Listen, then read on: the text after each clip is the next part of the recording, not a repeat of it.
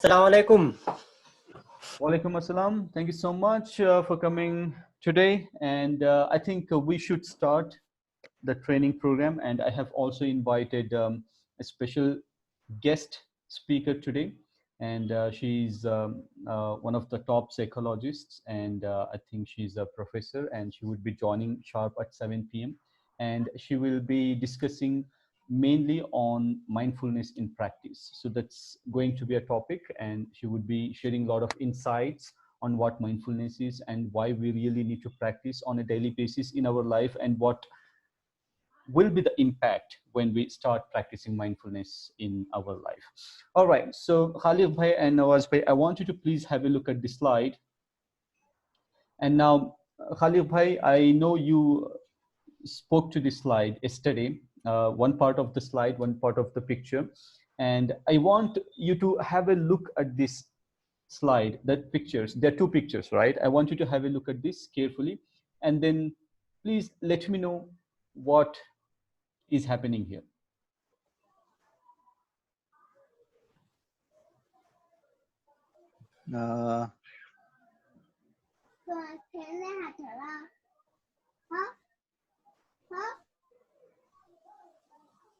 I think in the left picture, one woman is bedridden or like that. She is Okay. And one man is there. I think his husband is not concentrating or taking care of her like that. It is Okay.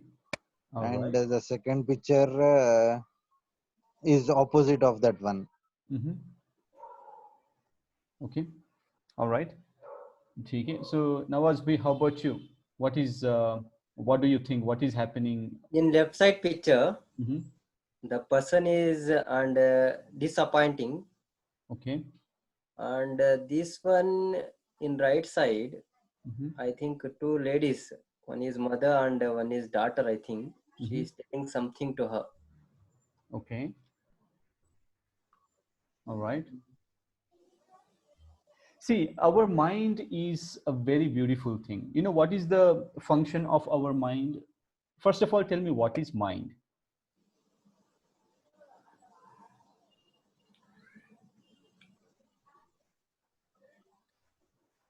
Mind is what we are instructing to mind. What information we are giving to that. Okay. It's acting like that. Okay. Like what I'm thinking, mind is working like that. Okay. So are you controlling mind, or is mind controlling you? Mind controlling us. Now I am controlling to mind. Okay. Little confusion. Okay. So you're completely confused. Khalif bhai, how about you? What is your understanding when I say mind?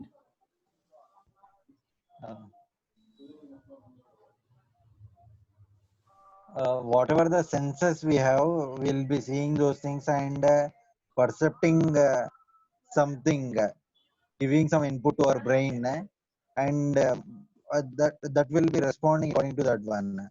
Okay, so fine.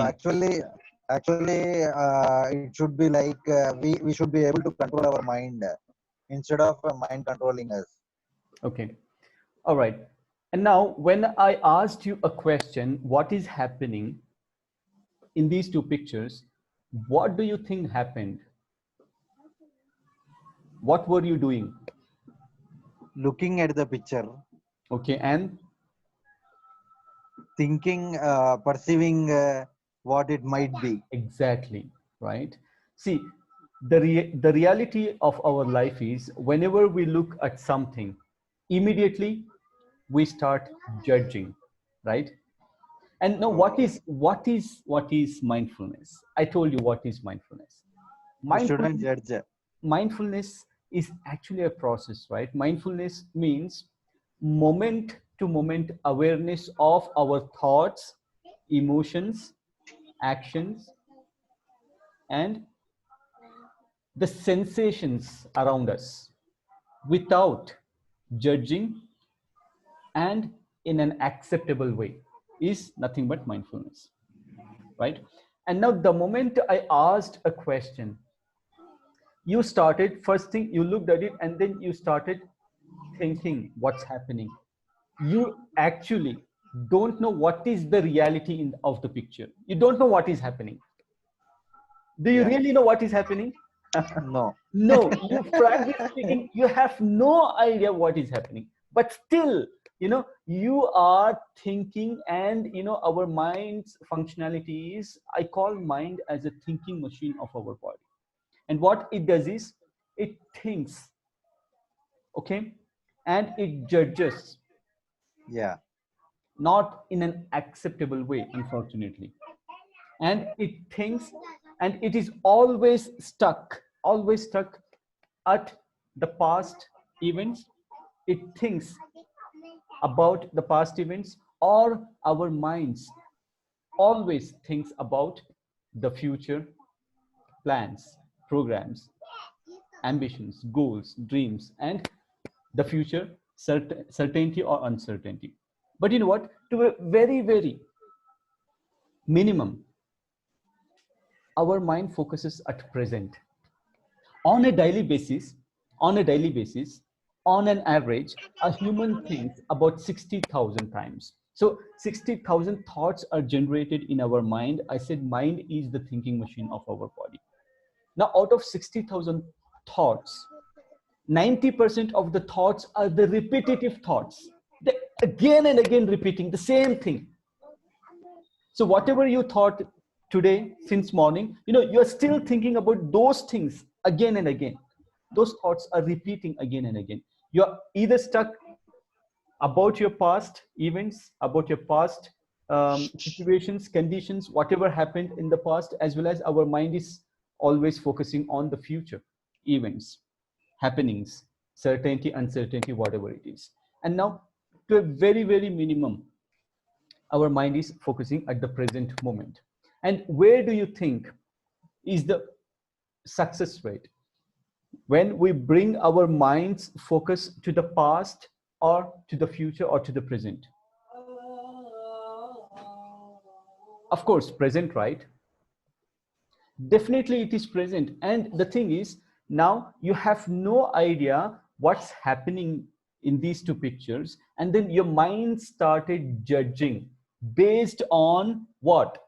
This is very important to understand. Your mind started judging based on your experiences, your Past emotions. experiences. Exactly, Yeah. your experiences, your emotions, your feelings, and then your knowledge, your awareness, and there are so many other aspects that your mind starts taking decisions, starts judging or not judging, right? And if someone asks me, okay, Vasim, what is happening in these two pictures? Can you tell me? I can, I say, okay, I have no idea what is happening, but I know there is one lady sleeping, there is one man standing. That is something I can see. That is true. And in the second picture, one lady is holding the other person. As simple as that. That's the reality we see in front of our screen. But then our mind starts what? It starts playing a mind game with ourselves. Now it starts giving so many inputs to you. Say, hey, you know what? Maybe that person has killed the lady, and then he's in despair condition, and maybe he's like, he's now suffering. Okay, why did I do that? And maybe in the second picture, the second lady is so sad. Maybe the person died, or maybe she's, so many stories we can make. Every person who looks at this picture will have different stories, and you know what, our stories are very unique compared to the rest of the stories. Do you agree with this? Yeah. Yeah. And now we Yeah. always judge. It's very interesting concept, because you know what, the moment you start judging something, that means that becomes your fixed mindset, until unless something different happens in that particular thing. Let's say there is your friend, okay, maybe your colleague. How you work with so many colleagues, right? Maybe 4, 5, 10 employees, your own colleagues. You work on a daily basis, right? Yeah. And don't you think you are judgmental about each and every person? Yeah. Everyone. Now you look at person A, now you say, okay, he's so and so. Person B, he's so and so on. And why do you actually believe that person is so and so? Because of his behavior, because of his actions, because how he deal or she deals with the people, and how she works with other colleagues and so on, and your experience working with that person. And frankly speaking, your experience is completely different when compared to other person who is working with the same colleague. And you might say, you know what, that person is not good. The other person will say, hey, that person is really good, right? Yeah. It's just your judgment. The reality is as it is. We cannot change the reality. It's there, it's as it is. This is a mobile phone. This is the reality. It will not change. But when you ask a person A, the person A will say 10 things about this. The person B will say 10 things about this. But you know, those will be, some will be matching, some will be mismatching. It's just all about our perception. It's all about our judgments that we do on a daily basis. This is the most important thing that's happening in our life, because we are judging so much. We are judging about each and everything. You start from yourself. If I ask you, you know, tell me about you, what do you think? You will say, you know, so many things about you, because that's something that you believe. It's just a belief system. The judgment is the outcome of our belief system. And what is belief system? It's a set of attitudes. That means our thoughts, our emotions, our experiences, our actions, and whatever we have come across in our life in the past. It's a collection of all those things, and now it becomes my belief system. It becomes your belief system. You look at something, and now you have already one belief about it, and that is what you speak. Let's take, what is your opinion about snake, Khalid bhai? If I ask you, tell me about snake, what is your opinion? Simple. Snake. Snake, what is your opinion? It is a poisonous animal. Okay, and if it comes to you, what do you think will happen? Will you be excited, happy, or do you want to escape from it? What is your reality? I want to escape from it. Definitely, right? And do you know what Yeah. Nawaz bhai is? Whenever he looks at snake, you know, he's excited, he's happy. It's the same snake, and you know, he wants to take and he wants to play with the snake. What, Nawaz bhai? Correct. And See, I'll see that that is big and small. yeah. See, that's, it's just, you know, our own belief system about one thing. You know, there are Yeah. people who actually play with snakes. You know, the snake is poisonous, but you know they have grown with those things, and you know, they are not scared about it. If it comes, it's like a toy for them. But if the same thing comes, you know what, our perception is different. We judge it in a different way because we haven't grown with it, our experience is not with it, and so on. That's why, you know, we feel like insecure. But there's so many people, they're fine, and you know, they actually are comfortable. If it comes, they know what to do and they know how to handle it. There is one very good story. The Google CEO Sundar Pichai, he wrote an article. I think that is his own article, I believe. I have read about it. He was in one restaurant, and one cockroach flew, and it landed on a lady's shoulder or something. And you know what? She started shouting, doing so many, you know what, how ladies behave when they look at the lizard or come across cockroach. And you know, it actually became kind of a drama. Okay, and now I don't know whether this is the real story or not, but it's just an article, it can be a myth. And now this guy was observing, and then you know what, suddenly she actually created a panicky situation. And now the waiter came, and you know what, he saw that, and he calmly, he took it out and he threw it. It's just one thing, right? What is that? It's a cockroach. And how two people dealt with the same cockroach is the most important thing, right? Why this person was so calm, and why this person, she got so, panicked and create that panicky situation. It's just the way both people looked at it, their observation, their view, their perception was completely different. And in reality, what do you think hurts most? Is it the person or a person's behavior? When you become unhappy about a person, why do you become unhappy about a person, or why do you dislike a person? Behavior. Yeah, the person is there, he's there as it is, but his behavior actually disappoints you. It's not actually the person, right? That's the reality. If the person changes his behavior and he starts demonstrating the behavior which you actually like, what will happen? Then your perception will change about that behavior. He might be super bad, and now when he starts demonstrating the right set of behavior to you, then your perception about that person will change automatically.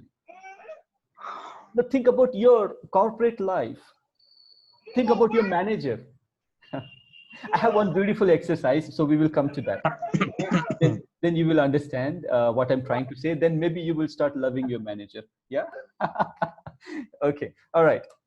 So let's move on. So I was talking about our life experience. We have a reality, we have a situation, we have a condition, we have an event, we have a person, we have anything, everything as part of our life. Okay.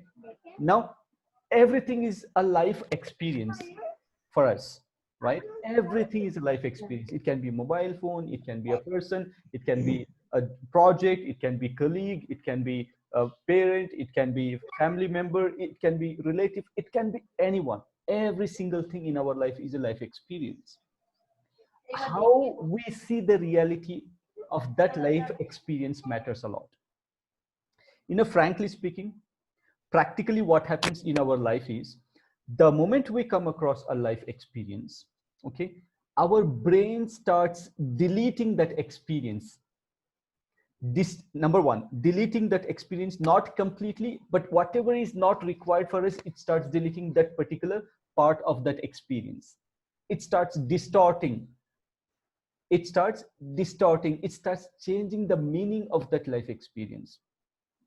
It starts tweaking as per our conditions. It starts changing the reality of that. Of course, the reality is there, but it becomes kind of a Chinese whisper. If you explain the same reality to someone, the reality will not be the actual reality, but something else. Why do you think that happens? Let's talk a practical thing, okay? It's a practical experience that I want to share with you. Let's say you are working on a project with maybe like as a team with 3 or 4 people, okay? And now you are a highly experienced person and you know everything. And let's say your manager supports other person. And now what happens? You have no idea why he's supporting, but you know what happens? Your manager is supporting person, your colleague. That's the reality. Yes, you see the reality, but now what happens is you change the story, you tweak the story, you change the reality based on your experiences, your emotions that you are going through at that particular time, right? And then what will happen to that reality is, you go, if that girl is female, then trust me, the story is like completely unique. And you create your own story. You go ahead and talk to your colleagues. You say, hey, you know what, this guy is this guy is that, this guy is doing this way, he's not focusing, he's not listening to me, he's least bothered about anything, he's always in favor of that particular person for this, and what is happening between them. And we create our own story. The reality is the same. He's just supporting or encouraging or guiding something. You don't know the intention behind it, but you know what? Based on your experiences, your thoughts, your emotions, and so many other things, you will actually have your own perception, because you start judging. Okay, you start judging only based on your experiences, your thoughts, your emotions, your actions, and so on. And then you finally come to the conclusion. You directly jump to the conclusion without even looking at the process. What is the reality? Do you think this happens with everyone? Have you ever experienced this? Yeah. Yeah. Now, always, Bhai is a manager. I know he has been dealing with those things with his teammates, right? Nawaz Bhai, how about you? Same thing, sir. I am also dealing Yeah. with our colleagues. Yeah. Yeah. So this is what happens. This is the problem. Why, the simple things become complex? The reason is because now people, they actually do not simply be present to it. They start twisting, they start making stories out of it, they start deleting some part of the story, and then they start generalizing based on their experiences and so on. Simple भाई, very simple. क्या है? एक लड़का, एक लड़की office में साथ में जा रही, खा रही, पी रही, उठ रही, बैठ रही, या touch. That is the reality. What is the story of each and every person? ओहो, क्या की हो रहा है, क्या की चल रहा है, क्या की रहे, इन्हें ऐसा रहे, उन्हें वैसा रहे, इन्हें क्या कर रहे कि इन्हें बराबर नहीं, उन्हें बराबर नहीं, वो लड़की बराबर, नेचर बराबर नहीं, वो लड़का उन्हें अच्छा, लड़की अच्छी. कितने स्टोरियां बनाती. Every person has his own story. Do you agree? Agree. That's how, that's what happens in our life. Okay, we have our own judgments to each and everything, and that is actually wrong thing to do. Now you have to become non-judgmental. So whatever you come across in your life, you have to be non-judgmental. You have to accept the reality as it is. If you're doing that, that means you have already gone to the mindfulness state. Truth is truth. Don't twist the truth. Don't twist the reality. This is a smartphone. Just smartphone. That's it. And don't get into unnecessary things, and then you enter into a stressful state. You enter into a different mind state where you always be disappointed, where you are always disturbed, and you get frustrated, and you get stress. Right? And this is just one example I wanted to give. I hope you understand the concept here. Let's try and do one activity. This is something very interesting. Okay, now I want you to think about one person, okay, whom you really dislike. And who is that? I don't want you to tell me. Okay, I want you to think about that person. It can be a manager, a favorite manager, or anyone else, okay, whom you really dislike. Write some points about him, maybe like 4 or 5 points about that person. I'll give you 1 minute.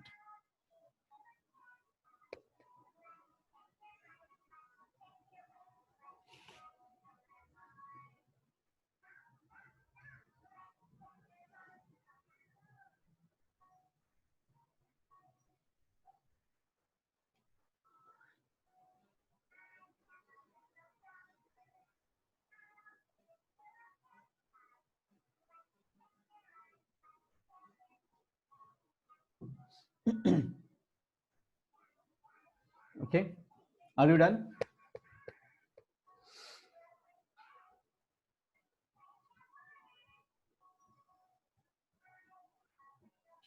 Let me know once it's done, so we can continue.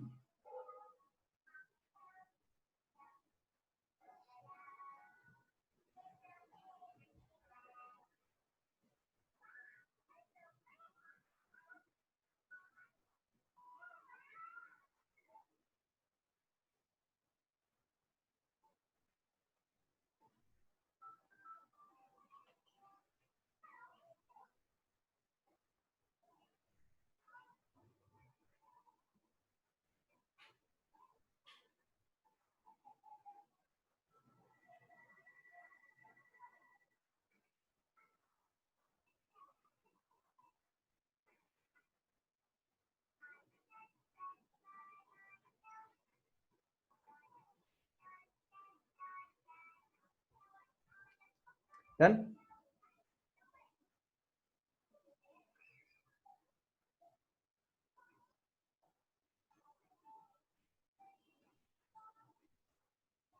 I think you really dislike that person. Huh? You're taking so much time to describe about him. You have so many things to write about that person. Yeah. Okay. Stop it, please. Don't dislike too much. Yeah? That's not good for your brain. Yeah. Actually, Wasim bhai, I was told many a times that I am too judgmental. Yeah. Not in this organization. Mm-hmm. My friends used to tell me. Okay. So my mind went back to all those points. Mm-hmm. Okay. Now you know what is the outcome of being judgmental. Yeah. So Yeah, yeah, I the know. outcome is the stress level will increase, definitely. Yeah. And then you get frustrated because you're judging too much unnecessarily and so on. Yeah. Yeah.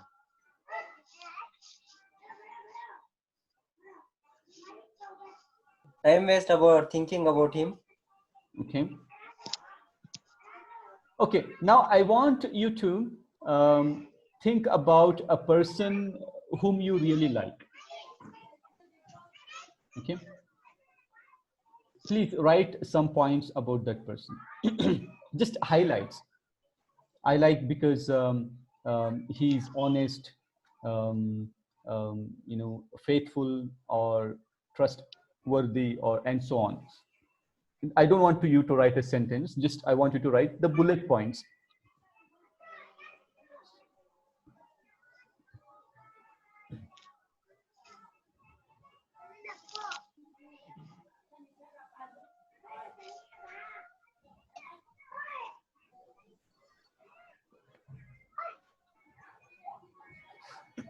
This is a very interesting exercise. I will explain it to you once you have written it down. Okay. Now, I want you to think about a person um, who is neutral in your life. When I say neutral, it can be, a vegetable vendor, it can be a milkman, it can be a grocery shop person, it can be anyone else, right? Because in our life we actually meet with so many people who are neutral in our life. We don't care. What we want is, okay, we want this, that's it. So we don't bother about them.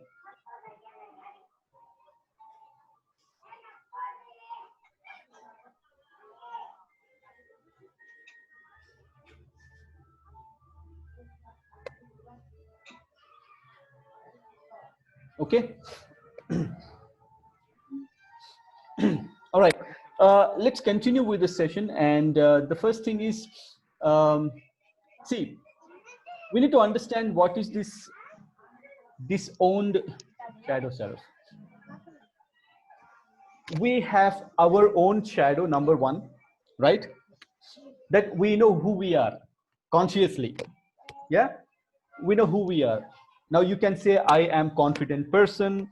You can say I am smart, intelligent. I am hardworking. I am disciplined. I am truthful, faithful, honest, godly person. I am very caring, loving, and so on. Right?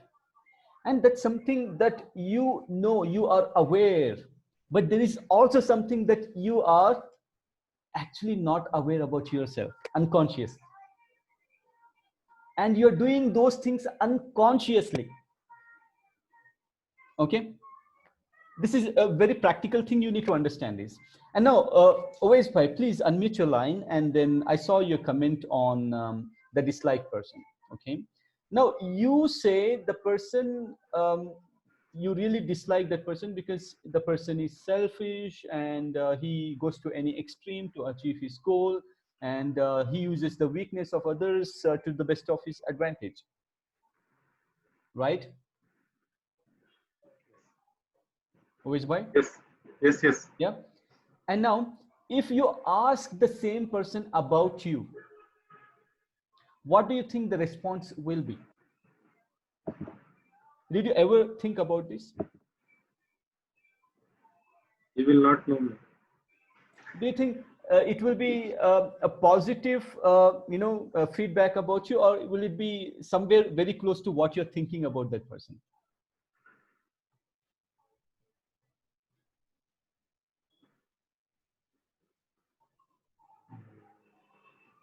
Which by? I see. No, please speak out, whatever it is, because I want to, us to discuss on this and understand, because there is something called as, we have our thoughts, emotions, actions, our behavior, and then most importantly, there is something called as sensations. Okay. Now, these sensations can be the bodily sensations, or it can be the external sensations. It can be the sound, it can be the, the nature's feeling, all those things. These things are natural. And now, let's say, if I tell something about my brother, okay, because that's my opinion and that's my belief system about my brother. That's my judgment about my brother, based on dealing with that person, based on experiencing, based on spending time, based on understanding his dealings, his behavior, his actions, and so many other things. Okay. And now, if I start asking the same thing about myself, if I ask my brother, okay, what is your understanding, after I tell him, okay, this is what I understand about you, and then what, he also starts telling some good things, some bad things about me, and unconsciously I am doing those things which I don't know, but he starts pointing it out. It's very simple. If you really want to know the reality of your kids, okay, you should ask other people. Now, majority of parents, what they do is, I'm a parent as well, okay, I think my son is the best, my kids are the best, they're good in whatever they do. But if you want to know the reality of kids, then you should start asking those people who are with whom the kids are dealing with. Okay, maybe teacher, principal, his friends, and so on. And you know what, you'll be surprised to know that our kids, they actually have different set of mindset, different types of qualities, and that is something they are not ready to show in house, and those qualities come out only when they find that kind of a environment.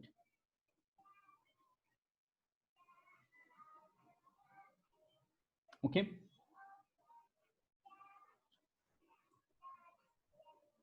Are you able to follow what I'm trying to say here? Yeah. So what you are telling is, if we think about something, somebody is bad, and if you look at that person, and if you take inputs from that person about me, so that could be also similar. Very close, very close. See, now always by, based on your values, based on your habits, based on your qualities, your hobbies, and so on. So based on who you are, you always try and select a person, try and spend your valuable time with only that person whom you think is really close to you. When you say close to you, that means you always look for the matches, like, okay, I am honest, I want to be with the honest person. I'm faithful, I want to be with faithful person. I am a religious person, I want to be associated with religious person. I want to be associated, whoever you are, whatever you are, and in return you always look for the same kind of a thing, right? And being the true follower of Islam, do you think you really want to spend time sit with the person who is a drunkard, No. who is doing forbidden activities? Definitely No. you really do not want to do, because that's not your quality, consciously as well as unconsciously, right? Yes. You know what, I Yes, will sir. tell you one thing. this is the reality. Okay, have you heard about unconscious bias? Have you heard about unconscious bias? Unconsciously we'll be supporting somebody by Exactly. because yeah. Exactly. And we don't know why we are doing that, but unconsciously, you keep on supporting from background. And these things really happen in the corporates. Your managers unconsciously support one person, and you know what, he doesn't know, but his teammates, they start observing those things. You know what, unconsciously he's doing. Even in the year-end reviews, unconsciously, you know what, the manager is in favor of that person. if Yeah, yeah. if the discussion happens with you in about that person A, and if your manager starts unconsciously supporting that person, you feel really sad, you feel really unhappy about it. And unfortunately, most of the times the managers don't know they are actually in favor of those people, because the numbers speak something else, the data speaks something else, and in reality the manager does something else unconsciously. In many cases, even they do consciously as well. But in many cases unconsciously they end up supporting people. Because why they do that, I told you why. Because you see something similar quality with that person, maybe honesty, maybe truthfulness, maybe hard work, maybe something, and he's not delivering. If you look at the numbers, he's not really great, the other person is great, but unconsciously you are connected with that person with those qualities, and then you are in favor of that person. Do you think this happens? Yeah, yeah. Now this is what our own shadow is. Now this, I can connect with this own shadow, that uh, those things are existing in us, but unconsciously we show our shadow, right? And let's talk about the people whom you like. Did you feel really nice when you started describing about that person? Yes. Yeah, definitely you felt nice. Okay, okay. If someone asks me about Always Bhai, I will feel, yeah, Always Bhai is really honest. Always Bhai is really truthful person. I feel really excited to tell about Always Bhai. Okay, if someone asks me about a person whom I dislike, I say, oh man, that person is, my mindset will completely change, right? My attitude will completely change. And you know what? My body language will completely change. My facial expression will completely change. Oh, that guy, छोड़ो भाई क्या अभी तुम्हें, उन्हों तो बोलो बात करना बेकार उनके बारे में. और दूसरा पर्सन, ए माशाल्लाह क्या भी जबरदस्त भी, वैसा रहना भी, वैसा पढ़ना भी, वैसा करना भी, very nice guy, very hard working. Our body language speaks more than our words.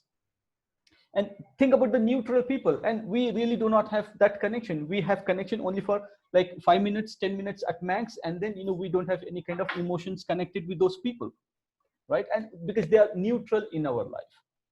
Simple. Yeah. Anything you want to add here? What is the solution, Wasim bhai, for this? You have to be very conscious about yourself. So you have heard about this, think before ink, right?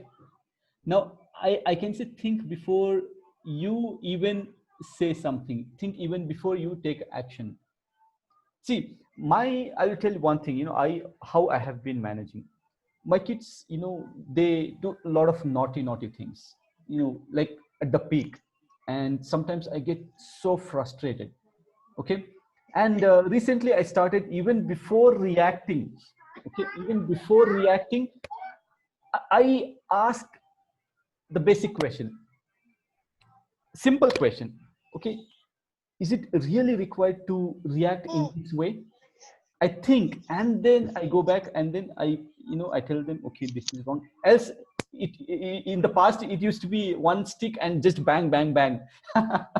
Yeah, and then after some time I feel like, oh, why did I do? Because boys, right, they're naughty. But recently I started this kind of a habit. If they do that, I'm patient.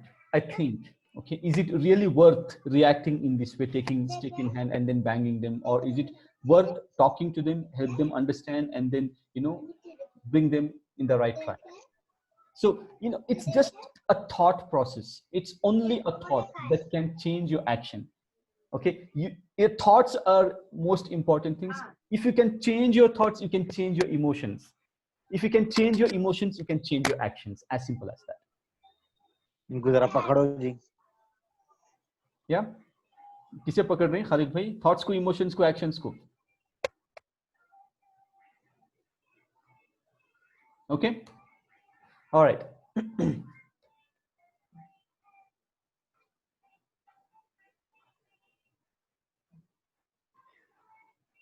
One activity. So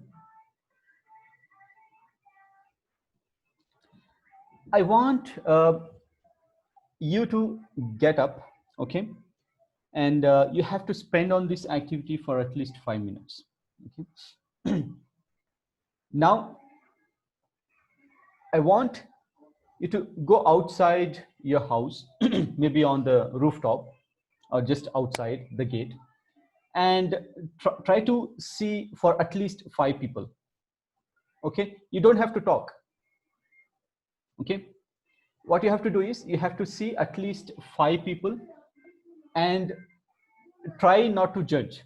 See, or do two things. Try to judge about that person, one thing. Okay, let's do this judgment exercise. Now go outside and you look at a person and try to judge about the first person and remember what you actually judged about that person. Okay? 5 people that you have to meet. And then I want you to also experience this. I want you to greet, okay, your family members. Okay? And when you greet, it has to be with full, you have to be mindful about it. That means you have to experience it with emotions. You should feel it. Simply say assalamu alaikum, then you just but this time when you greet it, you have to experience your greeting. Okay, and be mindful and also look at the response, how the other person greets you back. Okay, and then you have to also practice thank you, or you can say jazakallah, right? Then you have to practice this. Maybe today this is going to be the activity, but for now I want you to do two things. One is get up, go outside and look at least 5 different people and try to see, judge whatever, because the moment you look at that person, you will see by body language, by facial expression, by the way the person drives vehicle, and etc., whatever your judgment is.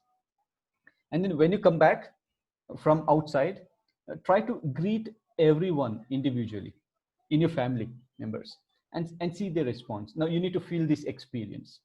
Okay, and this thank you, jazakallah, you say, maybe you have rest of the day to do this activity. Now it has to come from within your heart, and then you have to experience it. Your body language should say jazakallah khair, right, with that expression, facial expression, and so on. Okay, so you have 5 minutes from now on. Please go ahead, do this activity and come back. The time is 6:08. I want you to come back at 6:14. Okay, 6:14, please come back. All right, so welcome back. Hello. Are you ready? Khalid bhai, are you back? Yeah. Okay, great. Always bhai? Yeah, I'm back. Okay, great. So tell me about your experience, Khalid bhai. What happened?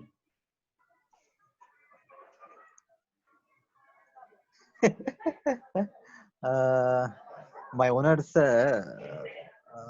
daughter got engaged. So those people came to my house. Okay. So all are standing outside. My owner and his brother. Okay. And all his children, everyone is outside. Okay. Did you see everyone, every single person, and then try to judge or not to judge? Or what happened? No. And these days, from past 1 year, I think I'm not judging anyone. Mm-hmm. I'm not keeping anything in mind. Okay. That's why I came to Bangalore from Hyderabad.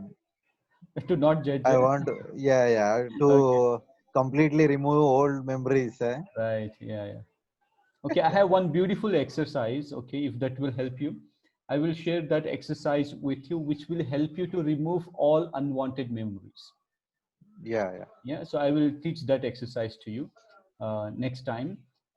So that can be a separate session, and that will help you to remove all those unwanted unnecessary memories from your memory. You just have to do that exercise, and trust me, the intensity of that memory will be very, very low, and you will not have those emotions with you. You will not go over and over again, although feel those emotions, or whatever the impact you had. Okay, because Okay, it's not just a memory. Okay, okay, if it was a bad memory, then you know what, that bad experience, feelings, those emotions carry with you for a very long time, even at present. Yeah. yeah, yeah, So yeah. if you want to remove that completely, or you want to reduce the intensity of that memory from 10 to maybe 2 or 3, yes, there is a activity exercise that I will be teaching you, that you can do it. And then inshallah, that will disappear gradually. And you know what, you can also erase that memory. It's just a game of mind. Okay, so that's Oh, something I will be teaching. All okay, right, okay. so did you greet? So how was the greeting experience this time? Was it normal, or was it different? I didn't greet. I forgot that. You forgot that. Okay. Yeah, Always my by children were with me back. okay, no problem. Always by, how about you? I'm continuously breathing You're continuously greeting in the normal way. in a normal way. But this time, was it still normal, or was it something different? It was normal only. I did not breathe my belly. Uh-huh, okay. Okay. Do you really greet it only for the sake of greeting, or do you really mean it when you greet it? When you mean it completely with your heart, that means you're mindful When now every time. greeting, No, now because That is only we near greet. Navasim Bhai. See, exactly, because we greet. It has become kind of a a tradition, or you can say custom, or a practice. We say Assalamu alaikum, right? And Uh, unfortunately, we don't even greet it correctly. We say Assalamu alaikum. That's wrong way to greet, right? That means we have to be very, very careful when we make use of these things. This is the practice that we do. दुआ देने की बजाय बदवा दे रही कहते कि लोग हैं, right? So these things happen. We have to be very, very cautious about it. And then you have to be, that's where the mindfulness starts, right? The meaning of that uh, beautiful greeting, assalamu alaikum. At least that should be the first part, right? We know the meaning, and we have to feel it when we greet someone, and that feeling can happen in fraction of seconds.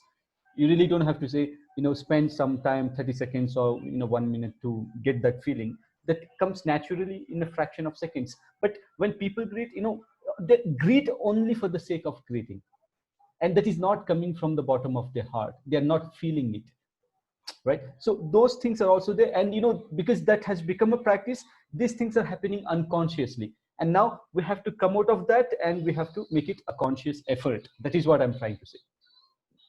And did you see any people always by, what was your experiment there? yes, I saw few people. One Okay. is our neighbor who is having a stationery shop, and the one person staying with him. And I saw the Pani Puri vendor Okay. and some passerbys. Okay. What were your thoughts? What were you thinking when you saw their face? Those things happen in fraction of seconds. Hmm.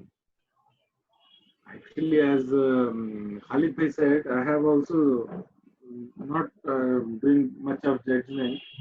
But since you had given this exercise, I thought about them for a while, and then realized, okay, this person is a hardworking fellow, and he's going for he has to do something. Yeah. So he's going. So that is what I Yeah, thought but about. it is always good not to judge Mm. most of the times, but few times it is actually very good to judge, because that will help you not to be associated with the wrong person, not to deal with the wrong person. Yeah, so it depends on the situation to situation, but of course they the problem with us is, we have become too much of judgmental all the times.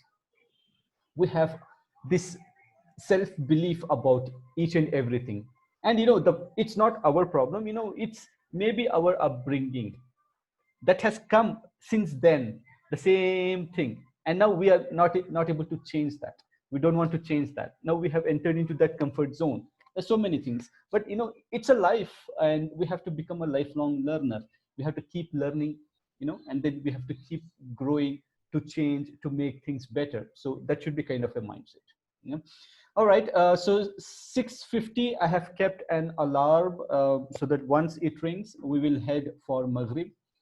We will offer our Maghrib Salah, and we'll be back exactly, 7 o'clock. I'll have the guest speaker who will be starting off with the session. And it's going to be really amazing, because she's one of the top psychologists, and she would be joining, and then she will be doing her session. Okay, now let's go to the second part, that is finding the footprints, discovering the footprints of mindfulness. Now, so far we have done, we have looked at the first part, in search of mindfulness, right?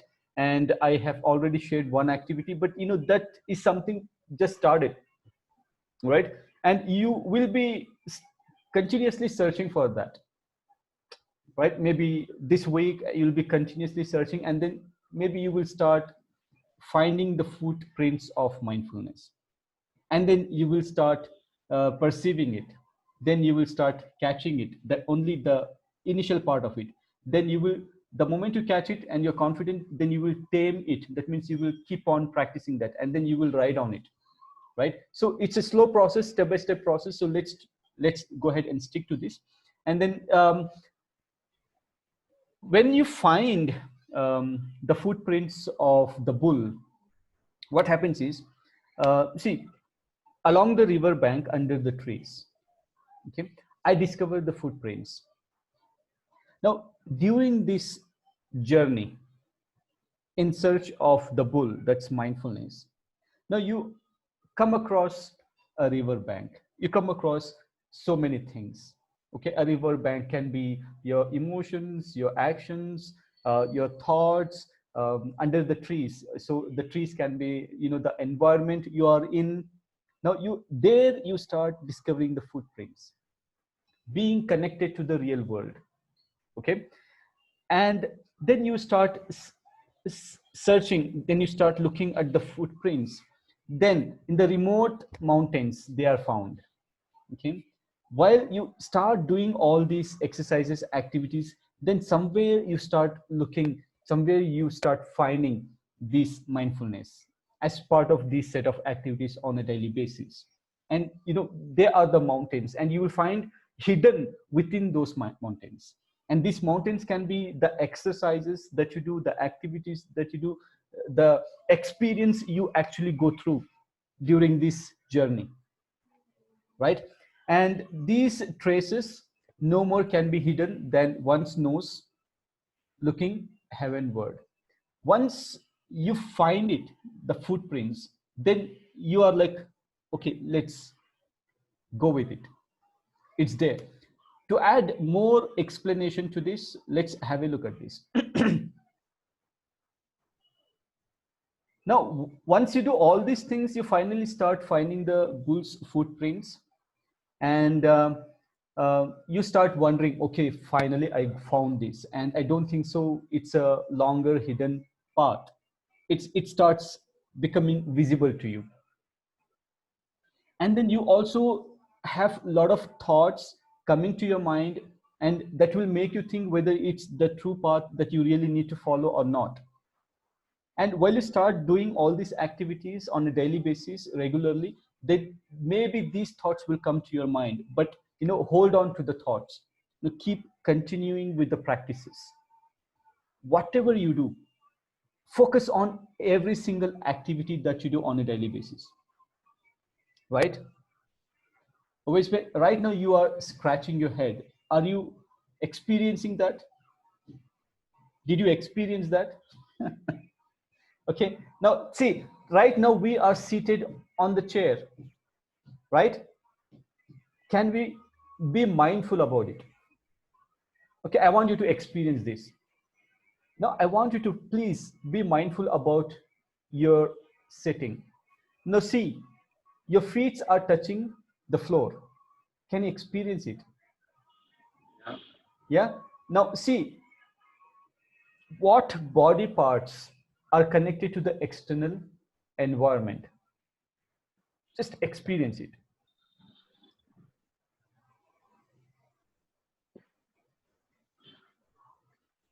What are those things which are connected to you externally?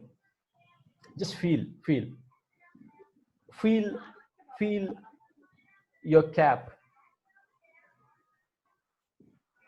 Now you feel the shirt you are wearing.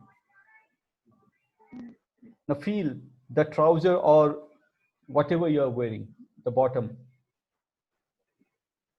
Your feet are touching. You feel that. Okay? And your back is touching. You're seated, right? And you can feel that area, everything is like connected to the external world. Yeah. And now just stand. Please stand and feel the pressure on your feet. Feel the pressure on your feet, your body's pressure, the weight that you can feel on your feet. Try to take 2-3 steps and feel the pressure on your feet.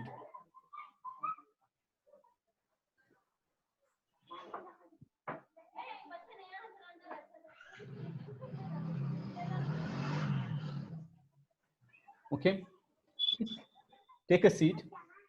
Yeah. And now many people say, huh? Yes, Khalid bhai. Wasim bhai, I have a point here. Yesterday, Prashant, whatever Prashant told from his lecture, he told you to avoid trash. So, not being judgmental will remove all those trash also. Am I right? Yeah.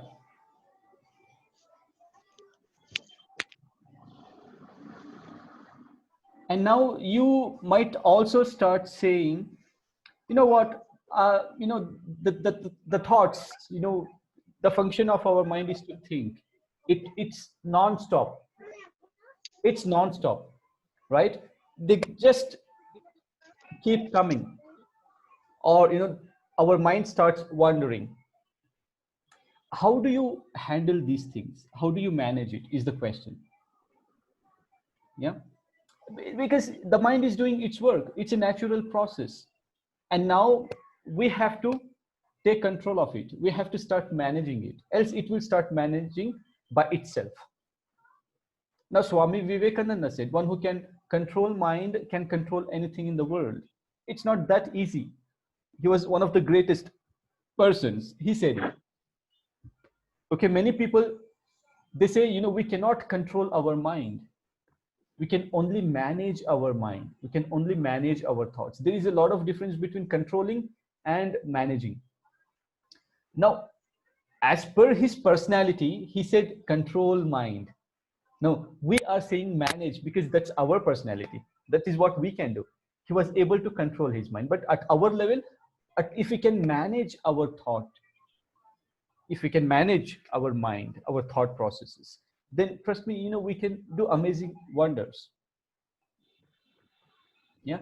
Now let's do one simple activity. What you have to do is you just have to sit straight. Yeah, sit straight. And you have to close your eyes so tight. Full add pressure on your eyes, close it tight, and see your thoughts will not wander. And focus on one pressure point on your face. Where is the pressure more? Is it on the nose? Is it on the eyes itself or the eyebrows? What is that? Close it even tighter.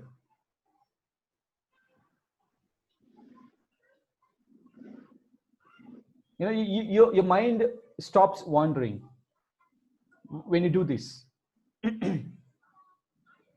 Okay, please don't do this exercise in front of your family members or the team members. They'll think you have gone crazy. Yeah, yeah. When you open your eyes, you know, your eyes starts paining a bit. But that's okay. But you know what? You're taking control. Stay with me. You're not allowing your mind to go away. You know, or start wandering. You know, you're like, yes, stay with me. You're just holding off your mind. Okay. Now, yesterday you actually learned about trash or treasure exercise, right? So there was one beautiful explanation given by Prashant sir, and he told you that, you know, people, there are two types of people. Um, the first type of people, they look for trash. The second type of people, they actually are in search of treasure, right? And now I have a different explanation to this. So see, when we were born, okay, so what is this trash or treasure? First of all, when we associate this with our body, where do you think this trash or treasure is in our body? And what is that? Yes. Is it It is. heart? Is it heart or tummy, or is it head, or what is that? Where do you think you will find this concept when we connect to our body? It is the memories that Is that memory? memory. Okay. We have the thoughts, good thoughts, bad thoughts. Okay. I say it's, see, memory can be twisted, tweaked, right? Changed. So that's possible. But now our mind is actually a treasure box, or it's a trash box. Now, who is responsible for that? It's us. We are responsible to make our mind a treasure box or a trash box. See, when we were born, Almighty God, He sent us, okay, with all the good qualities, with all the highest abilities. Okay, He sent to this world with all the good qualities, with all the highest abilities, and you know, we came to this world with a treasure box. Okay, happiness, truthfulness, faithfulness, honesty, discipline, mindfulness, peace of mind. With all these amazing, great qualities, smartness, intelligence, everything, you know, these are the natural things which we came to this world. You know, Almighty God stored all these things in our treasure box, and that's our mind. After we came to this world, what happened is, because we got used to the external environment, and you know what, based on the belief system, based on our thought process, based on the experiences we had, based on the environment we were in, based on the people we are connected to, based on the different types of customs, the different types of people, the different types of you know, belief systems, um, perceptions, judgments, and so many other things. You know what, slowly, gradually, we started giving more and more importance to the external things. Our perception actually changed. You know, our camera, when we came, our camera was on us, it was pointing on us, and then slowly, you know, our camera shifted its position and it started pointing externally, and we started looking for happiness, from external things. We started looking for happiness in bigger things, like, you know, I'll become happy when I get married, I'll become happy when I become, you know, the rich person. I become happy when, you know, my kids go to the brilliant school. I become happy when I do this, that, this. You know, we always try and find happiness in the biggest things. But you know what, frankly speaking, happiness exists already within us. And you know what, we can find happiness in small little things. Just by giving a chocolate to the kid, you can find happiness there. Okay, but just holding kid and, you know, hugging a kid, you can find the world of happiness there. But just appreciating someone, helping someone, giving something to the needy person, you can find happiness there. And just eating something, okay, maybe anything, maybe a mango, the real happiness. Roshan bhai yesterday he found when he ate that mango and he was so happy, he felt great. In every single thing that we do, you know, we can find happiness. The happiness already exists. But you know what, our perception, the way we look at things, you know, our judgments, the way we judge at things, you know, our perception has completely changed. And now we look for happiness, we look for many other amazing qualities in big things. Now what we have to do is we just have to rotate this camera on us, and we have to start looking what is already available within us, and we just have to start working on those areas. We're you know, the happiness already exists in our life. It's there in our treasure box. The mindfulness is there in our treasure box. The peace of mind is already there in treasure box. The confidence is already there in treasure box. The skills are there, the strengths are there. All good qualities are already there in our treasure box, that our mind. You know what, the wisdom is there, the knowledge is there. We just have to start learning now, because you know, we have unlearned all these amazing things. Now we have to start learning them on how we can start bringing in those qualities from the treasure box, and we can start using it in our life. As simple as that. Unfortunately, now our mind has become a trash. Why? Because we have started adding so many unnecessary things in our treasure box, and you know what, that has started becoming a trash can. Now instead, happiness is already there, but you know, we are adding too much of unhappiness. There's too much of sadness. Now we are attracting that.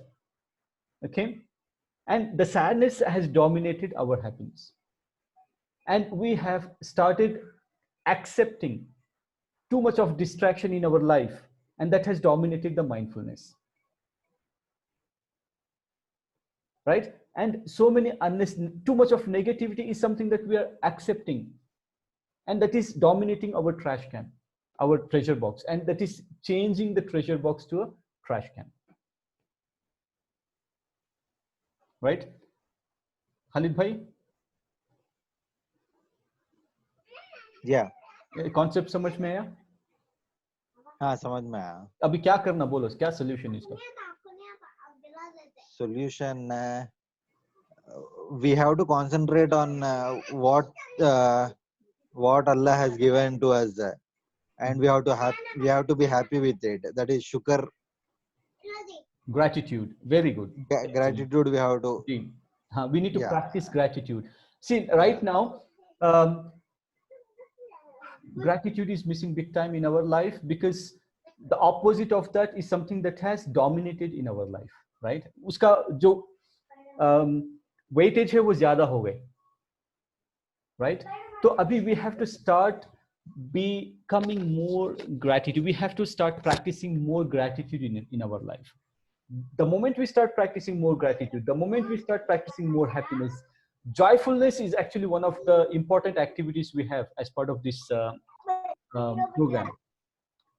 Why? Because the moment a person is joyful, you know what?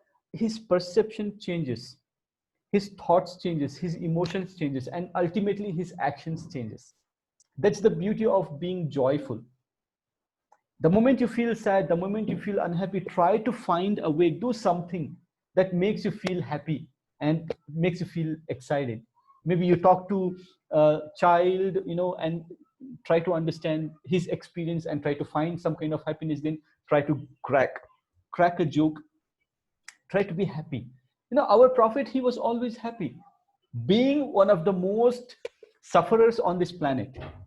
He's the biggest sufferer, right? Even though he had so many challenges, so many problems, you know what, he had always that smile on his face. The beauty of being joyful is really, really amazing, and we have to be that, we have to become that, and we have to practice that.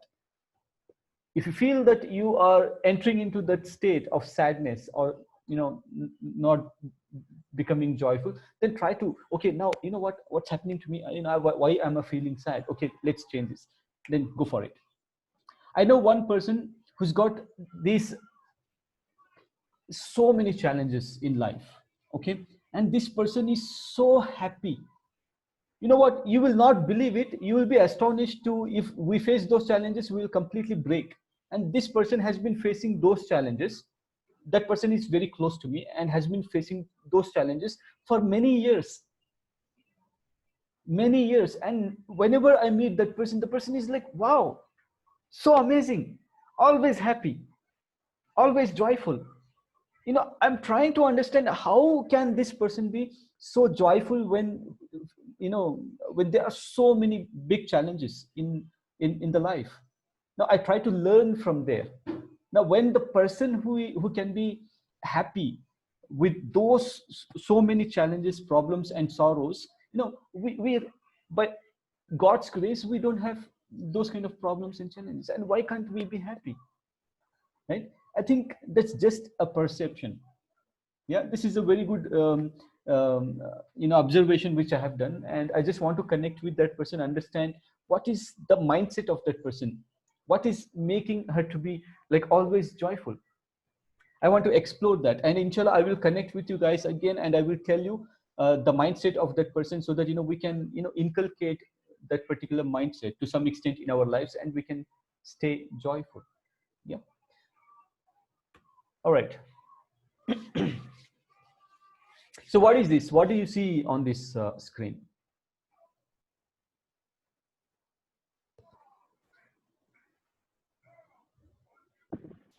It's a burial ground. Okay, Khaliq bhai, Nawaz bhai, what do you see on the slide? But this.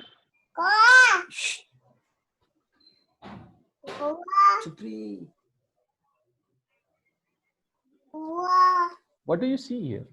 Right side taking pictures. Okay. Left side? Left side colorful flower roses are there. Okay. These are memorials. What are these? Memorials. Memorials matlab malum? Somebody has Khabristan hai bhai ye. Graveyard. Graveyard. These are the memorials. That on the left side, what you see is 9/11 memorial. Okay. On the right side, what you see is a Holocaust. World War II mein hua tha na? Wasim bhai, I'm unable to see complete picture, I think. But you see the picture, right? Only graveyard I can see. That's right. So now what's happening here is, these are the two options that you actually see. Okay. And now in reality, let's talk practically. Okay. In reality, what do you think people give more importance to? This is very interesting. Okay. Now, do you like to visit a museum often, or do you really like to visit memorial?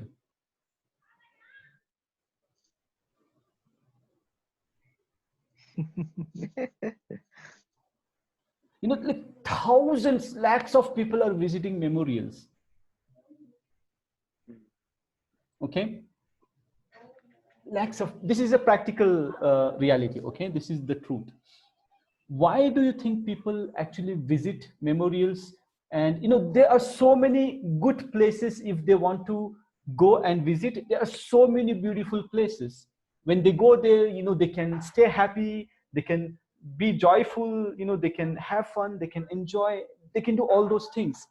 But they again choose to go to those memorials, and then they go back to that history, they go back to those things, and then what, they feel sad, they feel unhappy, they feel those things, and then they keep flowers, and then they come back. Why do you think this is happening with people? They live in past. Okay. They want to remember the people who have lost their lives for some reason. Okay. Especially. Okay. Because they want to remember, they go visit, and they, with all due respect, they go, and then they respect them, and then remember, and then be sad, and then come back. Right. And our ancestors have passed, right? And they are in the graveyard right now, right? It can be my nana, your grandfather, or maybe yours. They are in the graveyard. So whenever we go to graveyard, what is our mindset? One day we have to come also here. Okay, that's one thing. Okay, that's mindset. Okay, I want to come here as well. Okay, but are you really happy about that or not happy? We have to be happy. You are saying have to be happy, no other option. Okay, but what is the condition of those people who visit the memorials? Okay, let's say my grandfather memorial, whenever I visit, okay, I feel sad. But recently I started understanding, is it really required to feel sad? No, frankly speaking, whenever you visit any memorial, maybe your relation's memorial, but is it really required for you to feel sad? No. But why do you think we feel sad? I Because don't of feel sad, Wasim bhai. generation need to come now. See, of course, those are your emotions. But have you ever, thought about those emotions? Have you ever analyzed those emotions? Okay, is it really worth to feel emotional, sad, or is it really good to be happy? And then make sure I can pray for my grandfather or grandmom, and then I can stay happy, and I can wish them, I can greet them, assalamu alaikum, I hope you're all is well, I'm making dua for you, and may Allah grant you jannah, and may Allah give you all those jannats, ambience in the thing, and that way, right? Yeah. No, it's a very interesting stuff. We have a lot of things I to discuss here. Because Azayan is happening right now. What we'll do is we'll immediately go for Maghrib Salah. Yeah, we'll offer that, we'll complete that, and before exactly 1 minute to 7, we'll come back. Okay, please complete your Maghrib Salah, come back before 7. Inshallah, we will start with the rest of the session. Okay. See you then.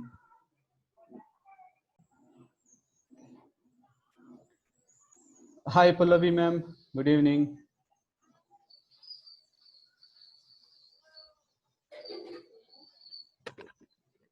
Hi, ma'am.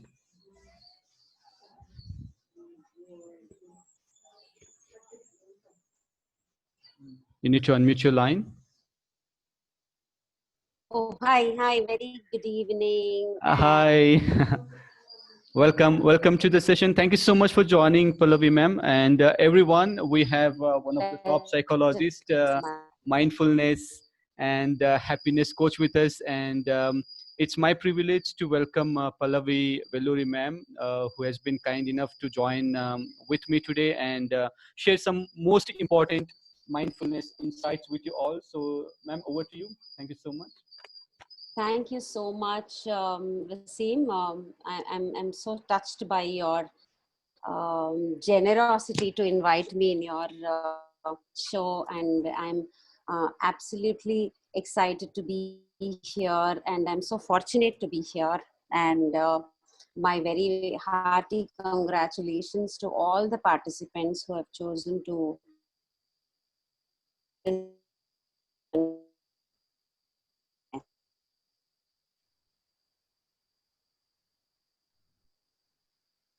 I would like to share my screen. Tell me, what are you doing today, and how is it going, and what are the participants doing?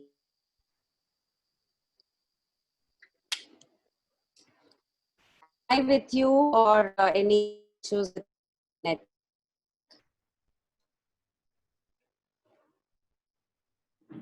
Sorry, ma'am. I think we lost you for a few seconds. What was your question? Oh, I said, I just want to, I'm curious to know what has been happening in this session today, and what is the current status of understanding of mindfulness, and a little bit of what's been, I just want to get a pulse of what's happening in this space of Absolutely. Yeah, absolutely. sharing, learning, caring. Yes. Yeah. So we started this session yesterday, and we started understanding the mindfulness framework on why mindfulness is and what is the framework we are going to follow throughout this mindfulness in practice program. And then we started with a lot of activities, practical activities on why. Number one, we understood the concept of mindfulness, and we have people connecting from different places, from different organizations. We have some project managers attending this program. We also have people who are preparing for their NEET exam. We also have some trainers, some coaches, Oh, and then head of the departments. And we have some reputed teachers, from connecting from international schools as well. And like I said yesterday, we had Prashant sir, who had joined us, and he gave some overview, some more insights about mindfulness, on why mindfulness is important in our everyday life and what mindfulness is. And we definitely did some activities to understand the practicality of the mindfulness. And we started off with the mindfulness framework, and then we continued to understand where can we find mindfulness. We started with the first step, that is in search of mindfulness. And then today then we started I, looking at the footsteps of mindfulness. Then amazing, there were some amazing. really interesting activities which the participants did today. And now this is all about you, ma'am. So thank you so much for joining. And now over to Uh, you. So you may please feel free to start. um, So I really don't know if I am too early with this model that I am going to bring to all of you. We use using mindfulness in coaching in success achievement, right? So that's the theme. I think I've already shared to you, saying that how can we make mindfulness as a success habit? How can learning to be mindful can get us to experience success, to get us close, to chase our dreams. That is going to be the topic of exploration from my end today, and we together do it. I can't do it all alone. So what I'm trying to see is, because my work is a lot of counseling, coaching, and also training people. I thought this, and also I understand the audience are also from these similar domains. It would be nice to see when mindfulness is put into practice in achieving results or achieving success, what it would look like. I know this is a very keyhole view of what mindfulness can be as possibilities, but in the given time that I have, I would try my best trying to bring in. I hope we can make this session very interactive with all participants being with me. Okay, so I will start sharing my screen, and if I can have my session open with some interactions, questions and answers, that would be great. Yeah, so give me a second. I'm sharing my screen. Thank you, ma'am. Definitely, this is going to be an interactive session because we have experienced people here, and mostly they are the ones who will are also training a lot of people. So they, since they are coaches, definitely they will be making this session interesting. Okay, just a second.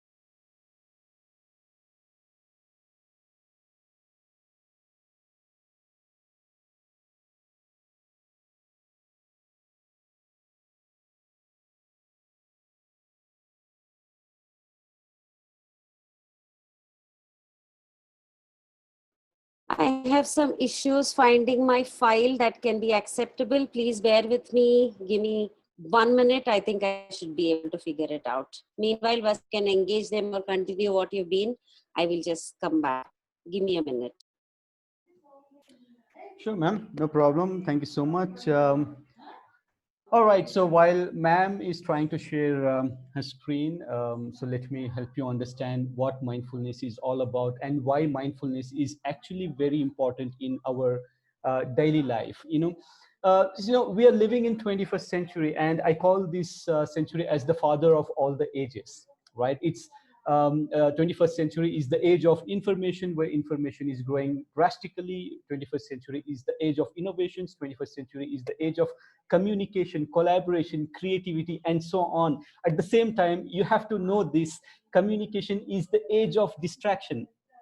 Right? Communication is the age of distraction, where we are getting distracted like never before. In the past, people used to focus on one thing hours together, and now in at present moment, you know what the problem, the biggest challenge with the people is they're not able to focus on one thing for a very longer time. And we thought technology is in our favor, but unfortunately technology has started dominating us. We were supposed to dominate technology. For example, if I talk about a smartphone, it has started controlling our day-to-day lives. Unfortunately, that should not be the case. Instead, we were supposed to be the ones who are supposed to dominate mobile phone, and as per our convenience we should start consuming, using those the technology. But the reality is completely different. Yeah. Now the thing is, because we are living in the age of distraction, where we are not able to pay attention to one thing at a very longer duration. If we look at the trend, in the past, people used to, maybe our forefathers and so on, they used to focus on one thing for a very, very long time. I can say if they start, discussing on something, they were able to manage to pay attention, to focus on that particular conversation, on that particular activity or a discussion at a very, very lengthy stretch, without any distraction. And they were present at that particular moment for a very long time. And in the past, if we talk about the technology, if we talk about the media, if people were able to I will talk about how the attention span reduced drastically. So let me go back to the trend. If we talk about the movies, in the past, people used to pay attention to one movie like 3 hours, 3.5 hours, because in the past the movie's length was at least minimum 3 hours in Indian movies, for example. And we were able to pay attention without any break. It was possible for people at that point of time.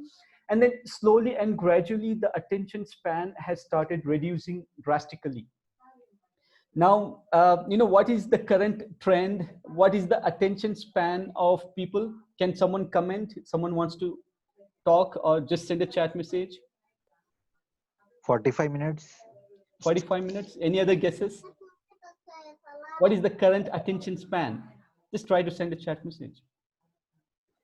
1 minute. 20 minutes. 20 minutes. Okay. Now, frankly 20 speaking, minutes, sir. you should be very thankful to TikTok.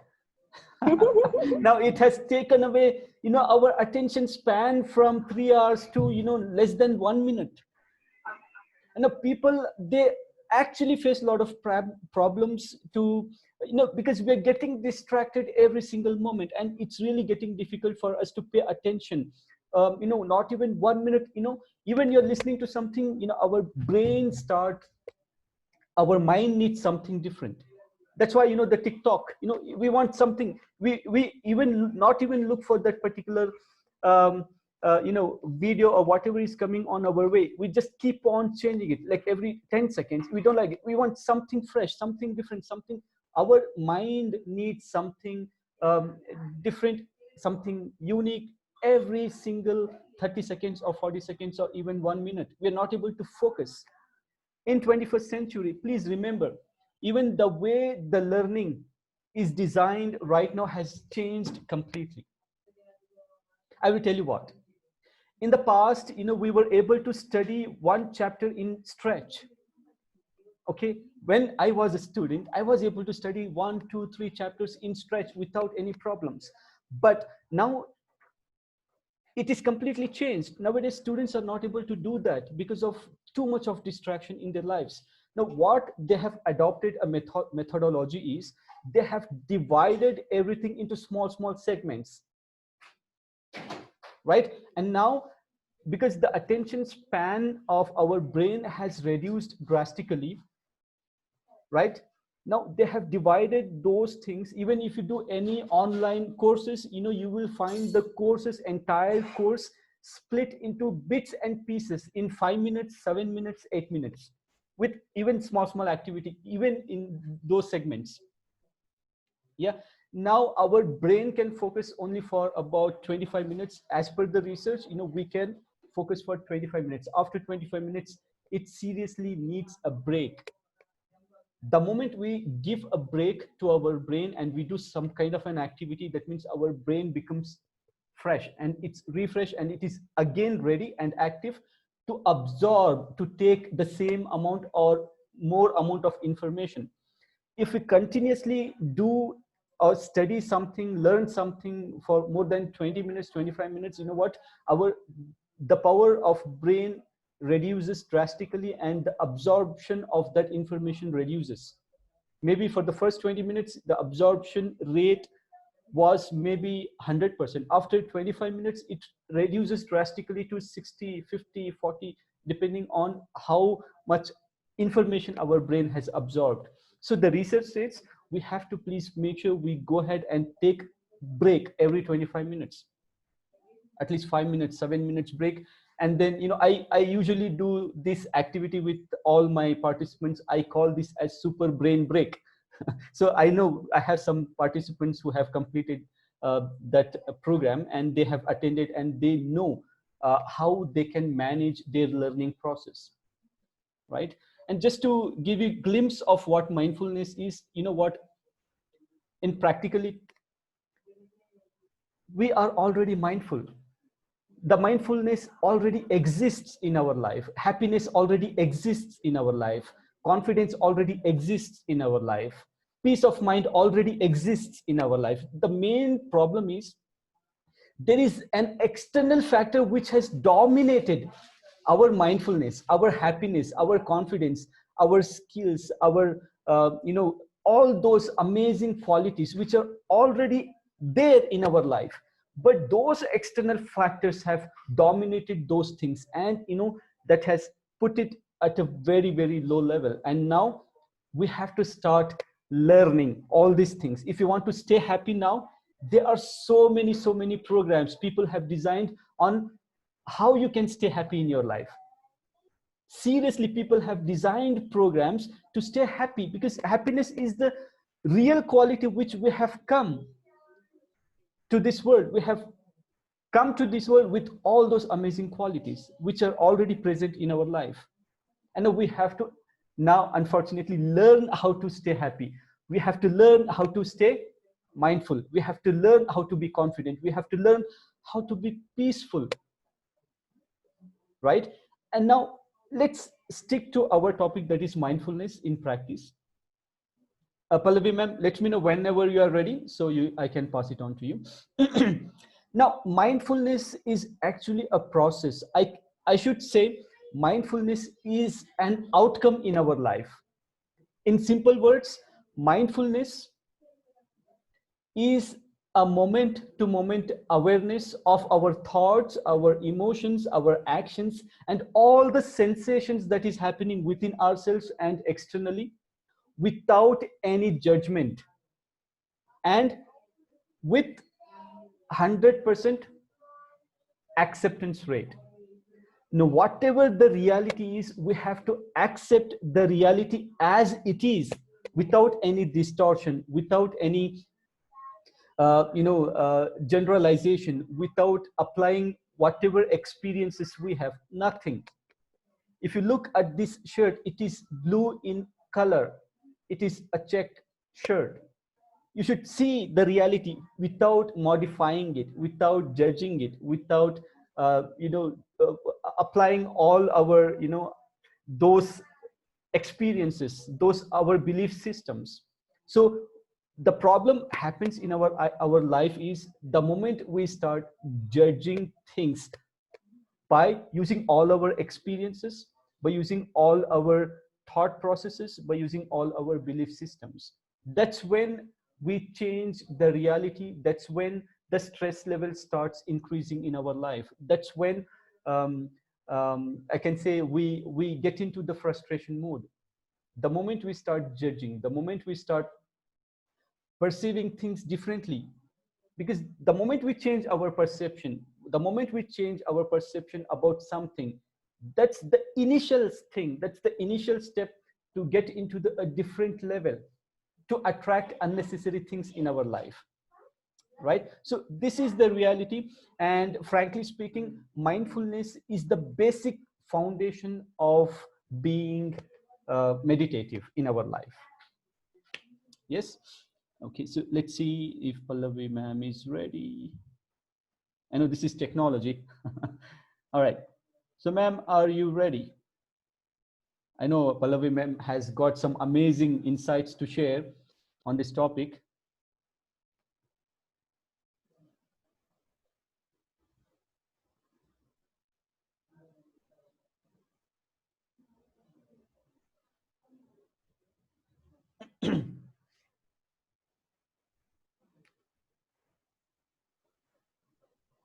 All right. I think you're on mute, ma'am. I think you just have to unmute. There you go. You got the slide. Ah. Okay, congratulations. I think we can start now. Life teaches you, right? If you are ready to teach a lesson, then first you need to go through the test. Definitely. All right. Yeah. Thank you. So, yeah. So, thank you so much. Much appreciated your patience. And Wasim, thank you for filling in that space for me. So, basically, today we're going to mindfulness and success. So, I would like to hear from participants what comes to your mind when we're talking about mindfulness. What's mindfulness, and what it is, what it has to do with success? Any thoughts?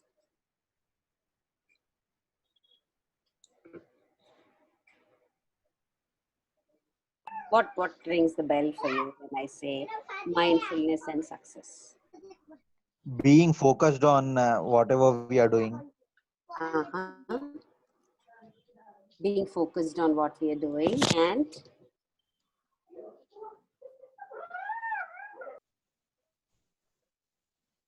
early to ask you these questions. So I will just tell you what is mindfulness for me when I'm working with. So it may be too much early for you to grasp this theoretical perspective, but I'm trying my best to make it simpler so that you would see what I do with mindfulness in my work.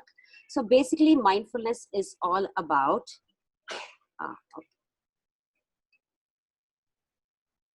mindfulness is our ability to be in the present. Now, what mindfulness is, if you go by the definition, it is paying attention on purpose and being non-judgmental in the moment. So if you go by the definition, mindfulness is a practice where you pay attention on purpose into that moment, and you are also non-judgmental. So what does that mean? If you look at this image here, it probably can give you a little bit of idea of what mindfulness is, where, I think I always experience this when I'm taking my dog for a walk. My dog is always so happy because for him, it is just the whole world, and that moment is me and the world right now, what's happening in the present. But sometimes we as humans, we can get consumed by so much that has been happening in our world, which we call it as processing, right? So nothing wrong about keeping our mind full, because we have been conditioned. Earlier days, our efficiency was more defined by multitasking, which means how much you can do, what all you can do, given in a moment or a time period, what all you can do, that was a scale where our efficiency was measured. And we picked up this habit that, oh, I am cooking, I'm also thinking about my presentation, I'm also walking my dog, I'm also thinking what example should I give, I'm also calling, making a phone call, but I'm also driving in the process. So I somehow got consumed by this idea that multitasking is super productivity. Unfortunately, that is not what science has discovered. So when we were we started working and trying to understand when are people more productive is when people are 100% engaged in that moment, which means they are committed to the present in that moment. When they live to be there, when they exist in that moment, that's when our brain is on higher production. Now, coming to this fact that are we all, or are there exceptions? Yes, that exceptions of living in that moment or being mindful comes with a lot of practice. And trust me, I have also started this journey very, very recently, a year or 2 years before. So it's like, if you ask me, how am I mindful 24/7? Not really. But am I mindful? Yes, I'm mindful.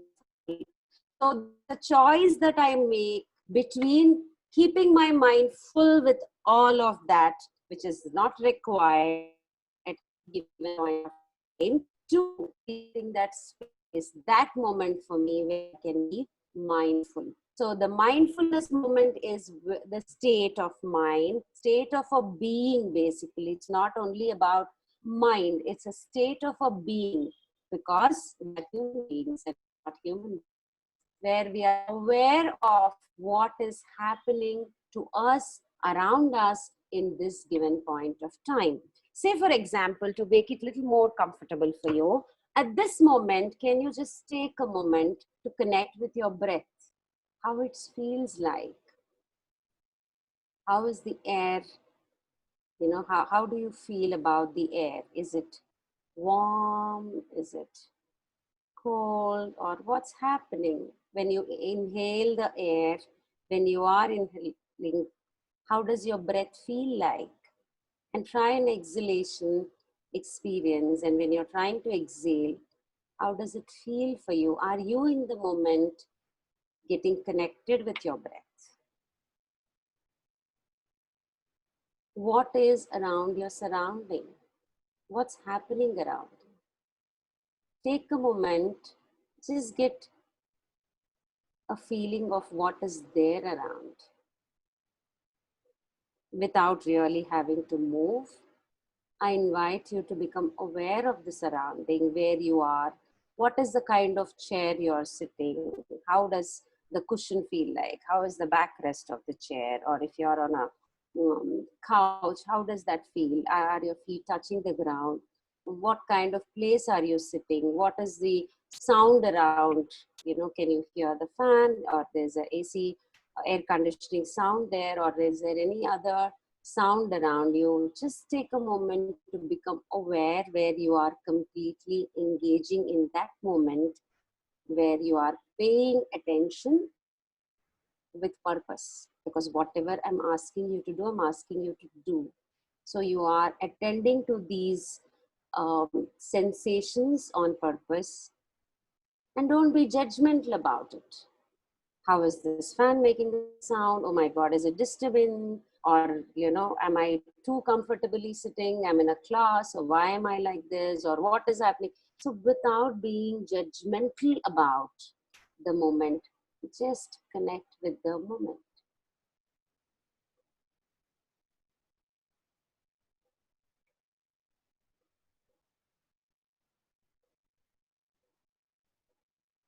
And if you could get a speck of that experience, we can come back over to this presentation.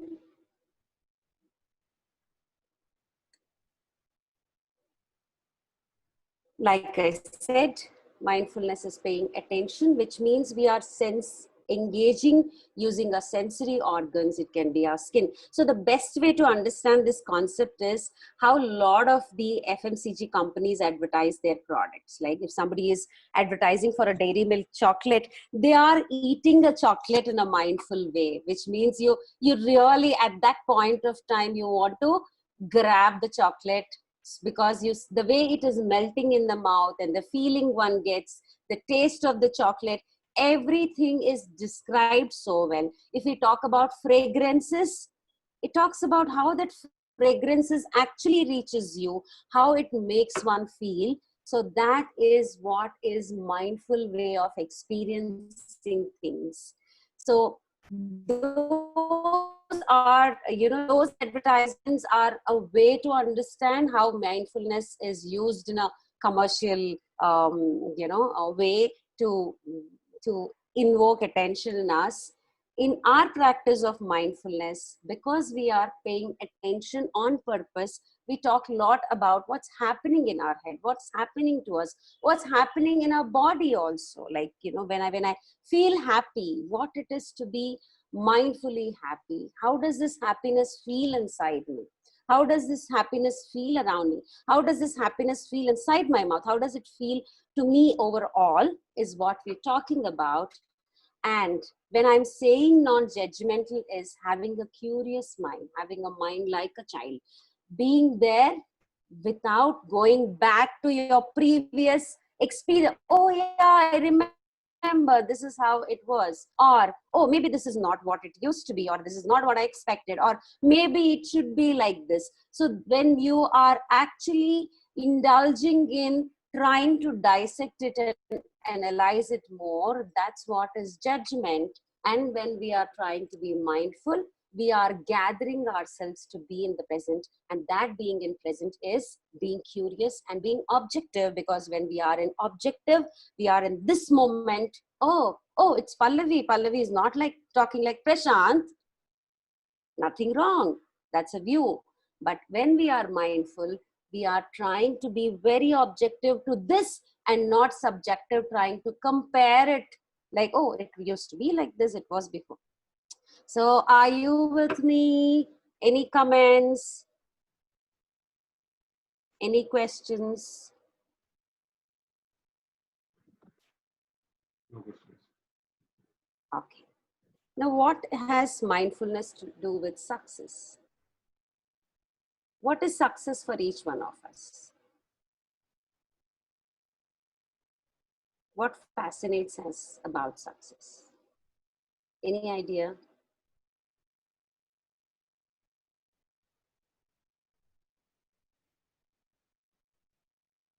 And what happens when we succeed? What do we achieve? Success is achieving some target, some goal. Mm-hmm. Set some goal and achieve that. That is Mm-hmm. success. And we feel good after achieving success. Awesome. We feel good after we achieve success. Happiness. It gives us happiness. Yeah. Mm-hmm. What more? What Confident. more? We feel confident. Amazing. So Wasim, if there are any comments, you can please help me with that. So success presents us, makes us confident. It makes us happy. And what more can success give us? When I'm successful, like my third question, what values do you get to chase when you succeed? Or what values? Oh, okay, let me talk a little bit about values. Now, values here, we're not talking about moral values, but something that we really value the most. Say, for example, in the context of success, value can be feeling achieved, the recognition that you get, feeling accomplished, uh, finding your purpose, feeling worthy of something. Now, if I value these things, which means if my value, how do I define a value? A value is a guideline that is helping me to experience my personal self. So which means in success, when I succeed, the values that I get to chase most is I feel complete. Maybe that's something that I value the most. Maybe I feel I am living a life of fulfillment. Happiness is something I value, and when I am succeeding, I am achieving or I'm exercising this value of happiness. I'm exercising the value of confidence. I'm exercising the value that I'm worthier of something big. So success is taking me towards something that I value. Success is a pathway where my values are exercised. So when I feel successful, it doesn't just mean that I have achieved something, but it also tells me that some of the things that I value the most in my life, I am able to experience that through the success that I get. Say, for example, as a leader, if I had accomplished a project successfully, that is also taking me closer to the value of being or living a life of meaning, living a life of purpose, leading people with my knowledge and wisdom, sharing and envisioning dreams. So these are values. So for my life, I'm guided by some principles that are telling me, okay, go this way. This is what you want the most in life. So there is nothing right or wrong values. Everything is a value. If you want fame, that's something that you value. If you want name, that's something that you value. If you think you want rewards, that is something that you value. If you think you need recognition, that's something that you value. So when we're talking about values here, each one of us as individuals at different phases of our lives, our values keep changing. They are dynamic in nature. So when I value something, I'm driven towards them. So my success is a way where I am actually unfolding my values, exercising my values, or I'm aligning my life to certain values that are very, very important to me. So when I talk about success here, success for each one of us is a different expression. For some of us, it is discovering our potential. So for some of us, it is getting the recognition that I want. For some of us, it is to be being useful to a project that has a lot of meaning. And for some of us, it is finding a purpose. So success, when it carries a various expression, but it always does take us towards something that we value the most. So in this framework that today I'm going to talk to you about, when I ask you this question, what values do you get to chase when you succeed? I want each of you to take a moment and see, when you're aspiring to succeed, what is that you're trying to accomplish, achieve? What are those values that you are trying to live by? What is that is being met, which is something that you value the most in your life? So could you all do this? If you are having a paper and a pen, take a moment, write, if you succeed, what are the values do you get to experience? Peace. Okay, so if you are successful, success would give you peace. Awesome. What more?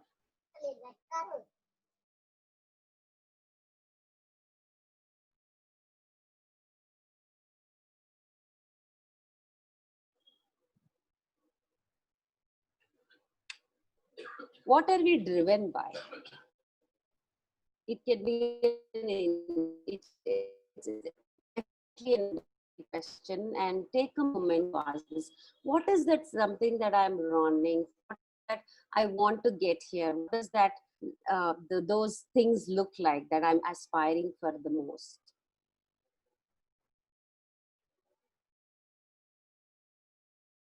Any comments, Wasim? Happiness and satisfaction. Okay, great. So satisfaction, happiness. Well, I can say this is a very interesting journey. People, every person is part of this beautiful journey. And in the process of this journey, they actually end up accomplishing a lot of things, many things. I have this successful journey process. It starts from A and ends till N, Z, A to Z process. Okay, and A to F Correct. are the steps that, which actually help us to achieve the outcome, that's success. Then G, then J, K, L, then these are the learnings, these are the most important learnings that we have from till L. After F, these are the stages where we have that we actually have to do it very religiously, and putting a lot of efforts, and then make sure we are committed and so on. After L is what we get as an outcome, as part of the Right. success. It's M is money, N is name, O is opportunities. I say ocean of opportunities. These are the values. Then tell me the alphabets. After O, P is, it's just the personality that we really want to become. Q is the The quest. progress we make. Exactly. That Right? makes you our respect, status, and so on. Right. So if we take these examples of if I am successful, the values, let's take as an example that the values that I really get to live by is progress, growth, satisfaction, happiness, peace, and a sense of recognition. If these are the values that are important to me, and this is what I am looking for while I'm also endeavoring for success, that is what we are chasing, which is we are driven by. So while we are going towards it, on the other side of the gamut, there are always some factors that are pulling us away from that success, right? They're taking us away from success. So whenever I'm trying to open the gate of success, there's something I find, no, it's closed, it's locked. Here in my head. Now, can you think of what gets in your way of success? When each of us, I think today everybody loves the word success. All of us, in fact, I love it a lot. So when we are aspiring to be successful, when we are working to be successful, when I'm trying to find opportunities to succeed, there is always something in my head, something around me, something about me that pulls, which is the struggle that we are, trying to fight out with and trying to outgrow that. So what could be those things? Let me say, I put here some thoughts, feelings, beliefs. Say, for example, if I am wanting to succeed in life, I am trying to get ready to be a part of major project. I'm due for my interview, and here comes, I am going towards my values because growth, peace, recognition, reward, happiness. But on the other side, what is pulling me away is a belief that I am not good enough. Maybe I don't know as much as others do. Maybe I don't have experience in the field that they are asking for. Maybe I'm not the best fit. Or maybe sometimes I would have attended a couple of interviews and couldn't crack them. So now I have a fear that I may not do it well. So as I am trying to chase my dreams in one direction that are aligned to my values, on the other side, I'm pulled back from going and chasing them. And these are my limitations that are on my way. They get in my way of chasing the success. Am I with you? Any thoughts?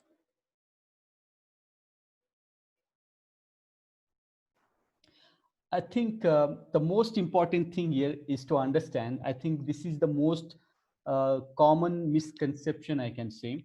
And the biggest thing that gets in the way of our success is actually success. I have a very beautiful explanation to this. The misconception here is people think success is the destination, success is the outcome. No, that's not the destination and that's not the outcome. Success is actually a process. Success is a journey towards success. There is no full stop for success. success is a journey towards Well another said, well success. said. Yeah, so that's the one thing many people think, okay, I'm successful, so full stop. So that's actually the first step to become unsuccessful when they have that kind of a thought process. So success is a process, success is a journey towards another success, so that keeps on continuing. There is no full stop there. Well said, Wasim. Thank you so much. So when we're talking about what comes our way of success, there could be this thoughts, anything that maybe I can't crack it, maybe it's going to be tough, maybe things are not in my favor, maybe I'm unlucky. It could be my beliefs that I'm not good enough, maybe somebody is better than me, or maybe I don't know whether I am out there to get everything that I want, or it could be feelings like fear, inadequacies, or my experiences that it was very difficult last time. So, what happens is when I am pulled in the opposite direction than where I want to go, this is the time I'm caught up in the dilemma. And that's where we use mindfulness. So I'll just walk you through the process I take. Maybe it can give you an idea of what it looks like to be mindful when you are in caught up in this catch-22 situation where there are dilemmas. Any questions?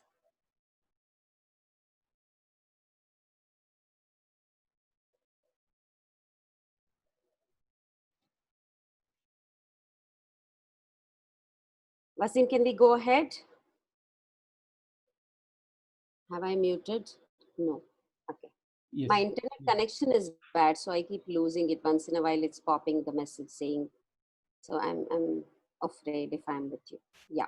So it goes like this. So we are chasing what we value the most.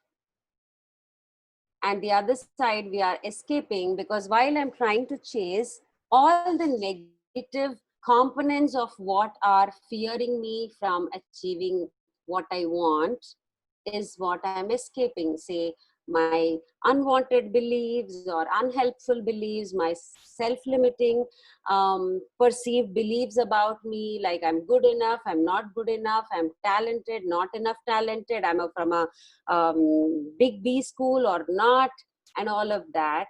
And also I'm escaping from this fear of failure, fear of rejection, fear of not able to do what I wish to do. It could be procrastination, it could be anything that is in the opposite direction. So I am escaping from that phase. So one side I'm chasing what I value the most. Say, for example, there is this happiness, peace, satisfaction. On the other side, there is fear pulling me away.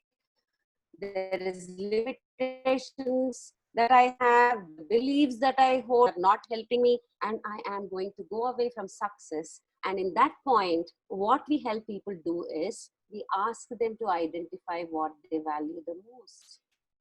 So when I ask them, what is that you value the most? Okay, so you value recognition? Great. You value reward? Awesome. You value satisfaction in your work? You value the feeling that you are there with a purpose and you are indisposable in the organization. So if you value that, I also ask them, what is coming your way, in your way, which is distasteful for you, which is stopping you from reaching out and getting the success you want. Maybe it could be fear, it could be fear of rejection, it could be fear of inadequacy, that I'm not good enough, or it could be fear of failure, that what if I take up a big project that I'm not able to do. It also could be fear of commitment. Oh my God, can I take up this? Because in my past, maybe I haven't done a great job. So can I do it? Or it could also be, in general, fear because it's a new organization, I don't know anybody, or it's a new subject I'm taking up, I don't have enough experience, I don't have enough coaching, I don't have enough training. And all of these distasteful thoughts, when they come in, when they are stopping you reaching where you want to go, we are making an effort to diffuse them. Okay. Now, what is that going to do in the process? In that process, I ask my clients to accept whatever is happening or whatever is going in their head without fighting it hard. If somebody says, you know what, I'm extremely fearful about this, I said, that's normal. When somebody says, I have this fear of rejection and it is coming in my way again and again, yes, it is because it must be arising from an experience that they would have had. Maybe because of that fear of rejection, I am refraining from attempting more. And it's quite a normal thing to happen.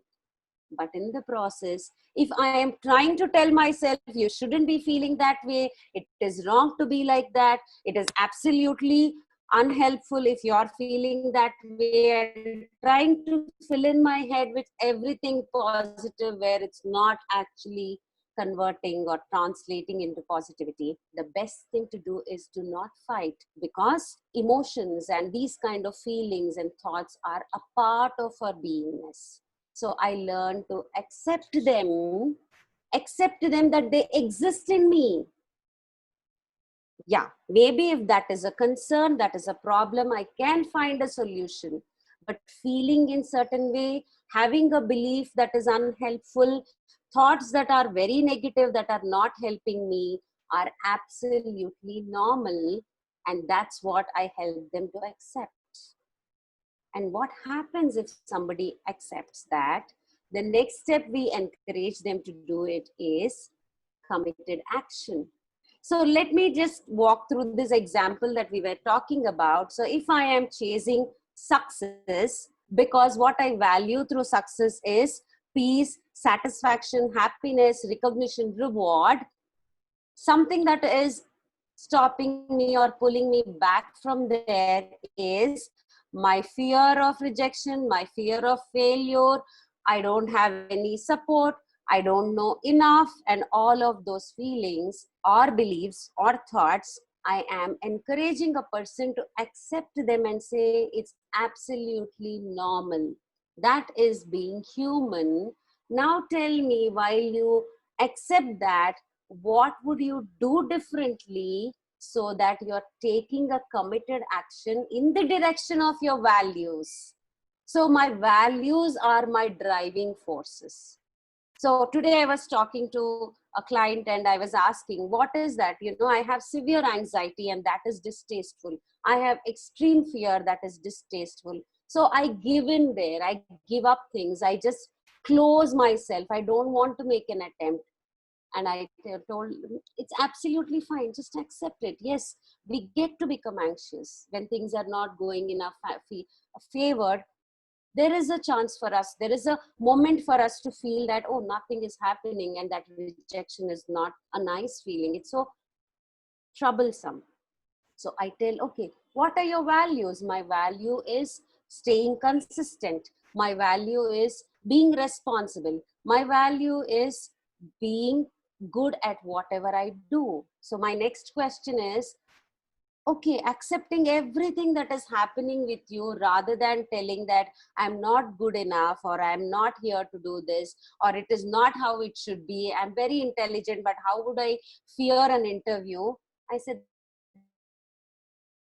what is a committed action you can come up with? He said, my committed action is I am going to have a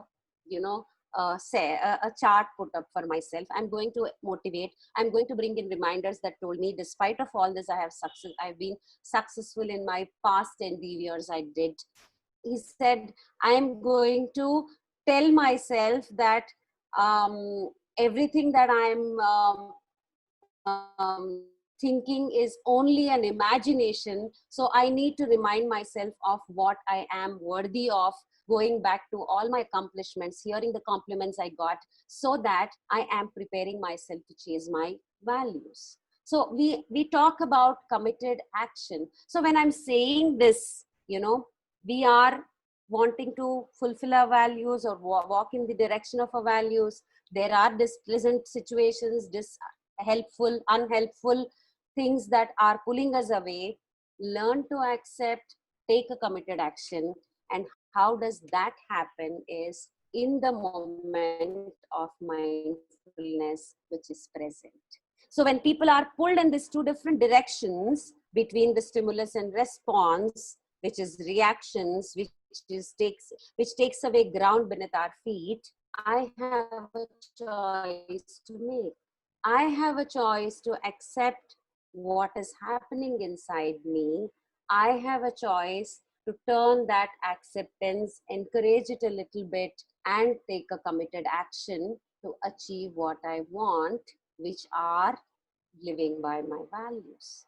So if I have to sum this whole up with the success factor and mindfulness role in getting success, all of us love success and all of us deserve to be successful and all of us are capable to be successful. And while we are chasing towards success, which is in alignment with the values that we really believe in, trust in, live by, and they are our guiding principles, there are always some or the other factors that are distasteful, that is making us running away from that success. And while you are put in that dilemma, in those crossroads, accept the moment as it is. Bring your attention on purpose to that moment to ask, what am I doing? Where am I heading? Am I walking towards success or am I walking towards away from success? What I want to is where I want to go. So where is my GPS?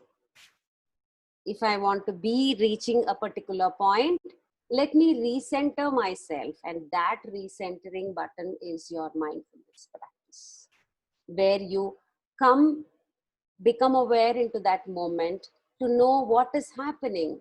And whatever is happening, positive, negative, be with that moment.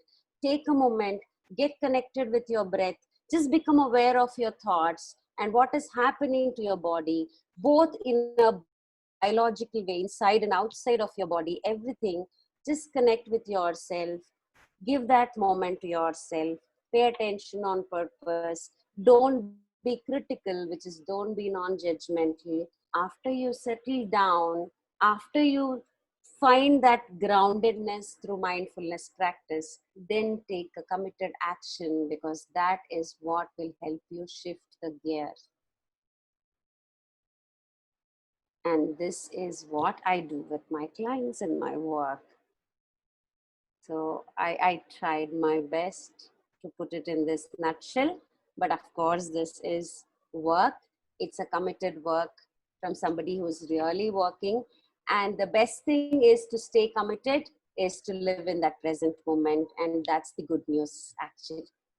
So when we talk about, I don't have commitment, I am procrastinating, I need to learn this, I need to do that, I need to do everything. Of course, you should be doing everything.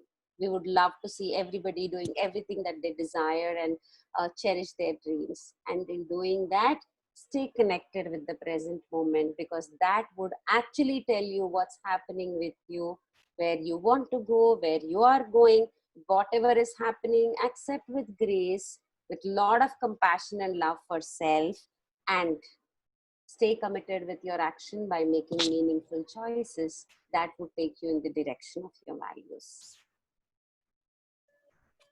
That's from my end, and I hope it was helpful. Any questions? It's a welcome. Any questions, guys? Please ask all your questions. This is an excellent opportunity, and then we will do the closure in a moment. Anybody? Aishwarya, Akshaya? Probably it was too early to bring in this topic. Yeah, but I hope somewhere you would revisit this topic, Wasim, because you're a happiness coach also. So that would be great. Yes, I see the audio lines are open. Aishwarya, Akshay, do you want to ask anything? Ma'am, we'll be thinking one thing to achieve, but if it is unfortunately doesn't happen, what would be our success? Okay. So can you ask that question again? Ma'am, I thought I want to be a chartered accountant, but Mm. now I'm pursuing MCom. After Mm-hmm. that, they are telling don't want to study, or else they are like dilemma.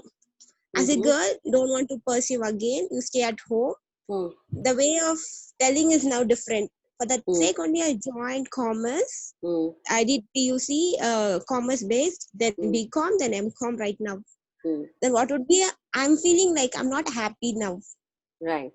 No, I totally understand that. So this would have come to you as a shock because what you are pursuing is already getting to a halt. The Yes, first ma'am. thing is to understand is what is thwarted here. What is that you value the most, which is not coming your way? What is taking away your happiness? My studies, ma'am. Maybe like my friends all were pursuing CA right now, Mm. except me. Mm-hmm. We were the gang right in the college. Mm. That's And why I your feel so the opportunity you missed is causing the disappointment in you, exactly, making ma'am. you unhappy. All right. So what is that you actually want to do? Do you want, I mean, was it that you wanted to pursue your CA because all your friends are studying, or what does it mean to you? No, ma'am. We were the gang of doing a CA in the college. Mm-hmm. So we were telling, well, we'll ask them, what's your aim, ambition. That time we were telling, I want to do a chartered accountant. I want to be. That time we are like a gang of people, like set of 5 people. They are like rank holders. Then I came a top of one of the top them. Then Wow. I felt okay. I'm not able to do or what, I don't know, ma'am. Right. So you're missing the opportunity is causing you pain right now. But does it take Yes. away your ability to pursue what you would like to?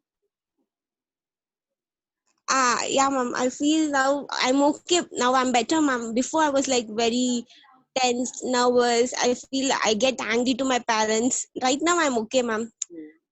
I'm feeling happy, but sometimes I'm not able to be in that no, that hurts me a lot. Right. So something that you really cherish the most that you wanted to do, you aspired something the most, you couldn't Yes. achieve that. But does it Yes, mean that ma'am. you would never achieve it in life if you want to? I do, I'm sure, but that hurts a lot, ma'am. As It this does engage, hurt a I lot. couldn't know. It hurts a lot. Now, in this context of mindfulness, in fact, I really did not get your question probably. If you're asking me how to cope with that, what is your question? How Yeah, ma'am. Exactly. How to cope up with that? If now? I didn't achieve that, how to be a happy or successful person? Okay. Now, because we're talking about mindfulness, Yes, it is ma'am. about something that you wanted to do, aspiration, something that everybody did, the past. So if you are trying to sway between these two things of, oh, I wanted to do this, I couldn't do it, all my friends are doing, I couldn't do it, it will only land you up in disappointment because you are either in the past or into the future too much, which is causing unwanted emotions in you.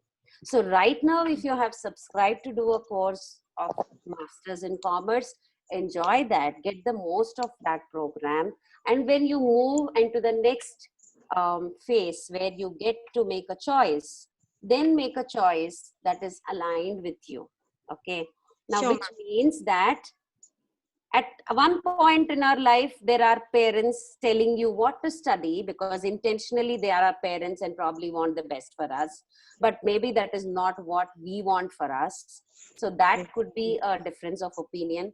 But if you are in this moment, just enjoy whatever you are doing without regretting about what you couldn't do. Sure, ma'am. Yeah. And also it's great if you're doing masters in commerce, you would have got a greater grip on accounting systems and all, which means if you further want to go and study, because I know many people who worked for a while and then went back to study their chartered accountancy and succeeded, and they have established their firms. So be open to the opportunities and you would get many. But right now live this moment, because there are many people who wouldn't have even got a seat in their master's program, and here you are doing a master's in commerce. Exactly, ma'am. Thank you so much, ma'am. My pleasure. Great. Thank you so much, Pallavi ma'am. And in addition to what Pallavi ma'am said, Akshaya, the answer lies in your question. So whatever question Yes, you sir. asked, actually, the answer lies in your question. Please remember one thing. Learning is a lifelong process. Learning is a continuous process, and learning is a never ending process. So now, you have got an excellent opportunity here to do something that you don't want to do at this point of time, but you will realize the potential of that outcome once you go to one stage. See, like ma'am said, focus at the present moment. Please focus on these studies, because learning is a continuous process. And after that, you never know, there is always an opportunity for you to do what you really want to do.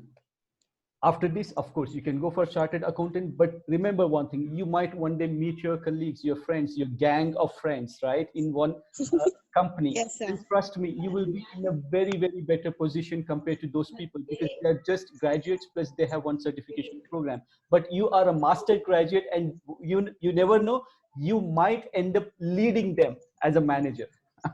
Right? Sure, So sir. think Thank you. positively, think positively. So please, like ma'am said, stay at the present moment, focus on what you're doing, and do your best, give your best shot. And of course, the opportunity is always available for you to do whatever certification program that you really want to do. So with this, guys, what I want to say here is, mindfulness leads to success, and distraction leads to failure. So please be mindful, be at present moment. I know our mind always stucks in the past events.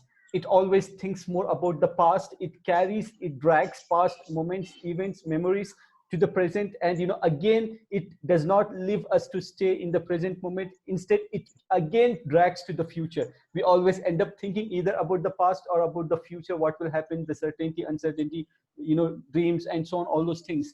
But 90%, if we get lost in the past and future, we are only present, live in the present moment for 10% of the times. But you know what, our main idea here is to help you bring maximum amount of your time from past and future and put it in the present moment. So you focus at present, because your present moment, your present actions, your present emotions, your present thoughts actually design or make your future bright. Sure, sir. You Thank you have to so much. focus more at present moment, and your future will be brighter. If you don't focus, if you get distracted big time at the present moment, then the success rate in the future will be very, very less. So with this, I would like to be very, very thankful here, and I would like to thank Pallavi ma'am for joining us today. It was a really amazing session. It was very insightful. So thank you so much, ma'am, for sharing all your insights on being mindful, especially on, you connected both mindfulness as well as success. So that's something that's really nice. And guys, thank you so much. So we will again invite you for more sessions. So please do join, and not only you, bring all your friends. They can also join us, and then they can experience and learn something very interesting. And I hope that will change your life. So with this, thank you so much, and you have a great night and a great life. Thank you. Thank you, ma'am. Thank Session you. was amazing, ma'am. Thank you, all of you, and wishing you the best in everything that you chose to do. Thank you, Thank Thank you. Wasim, you. for this opportunity. It was wonderful My connecting pleasure, ma'am. with My you. pleasure. Thank you so much. Thank you. Thank you. Bye.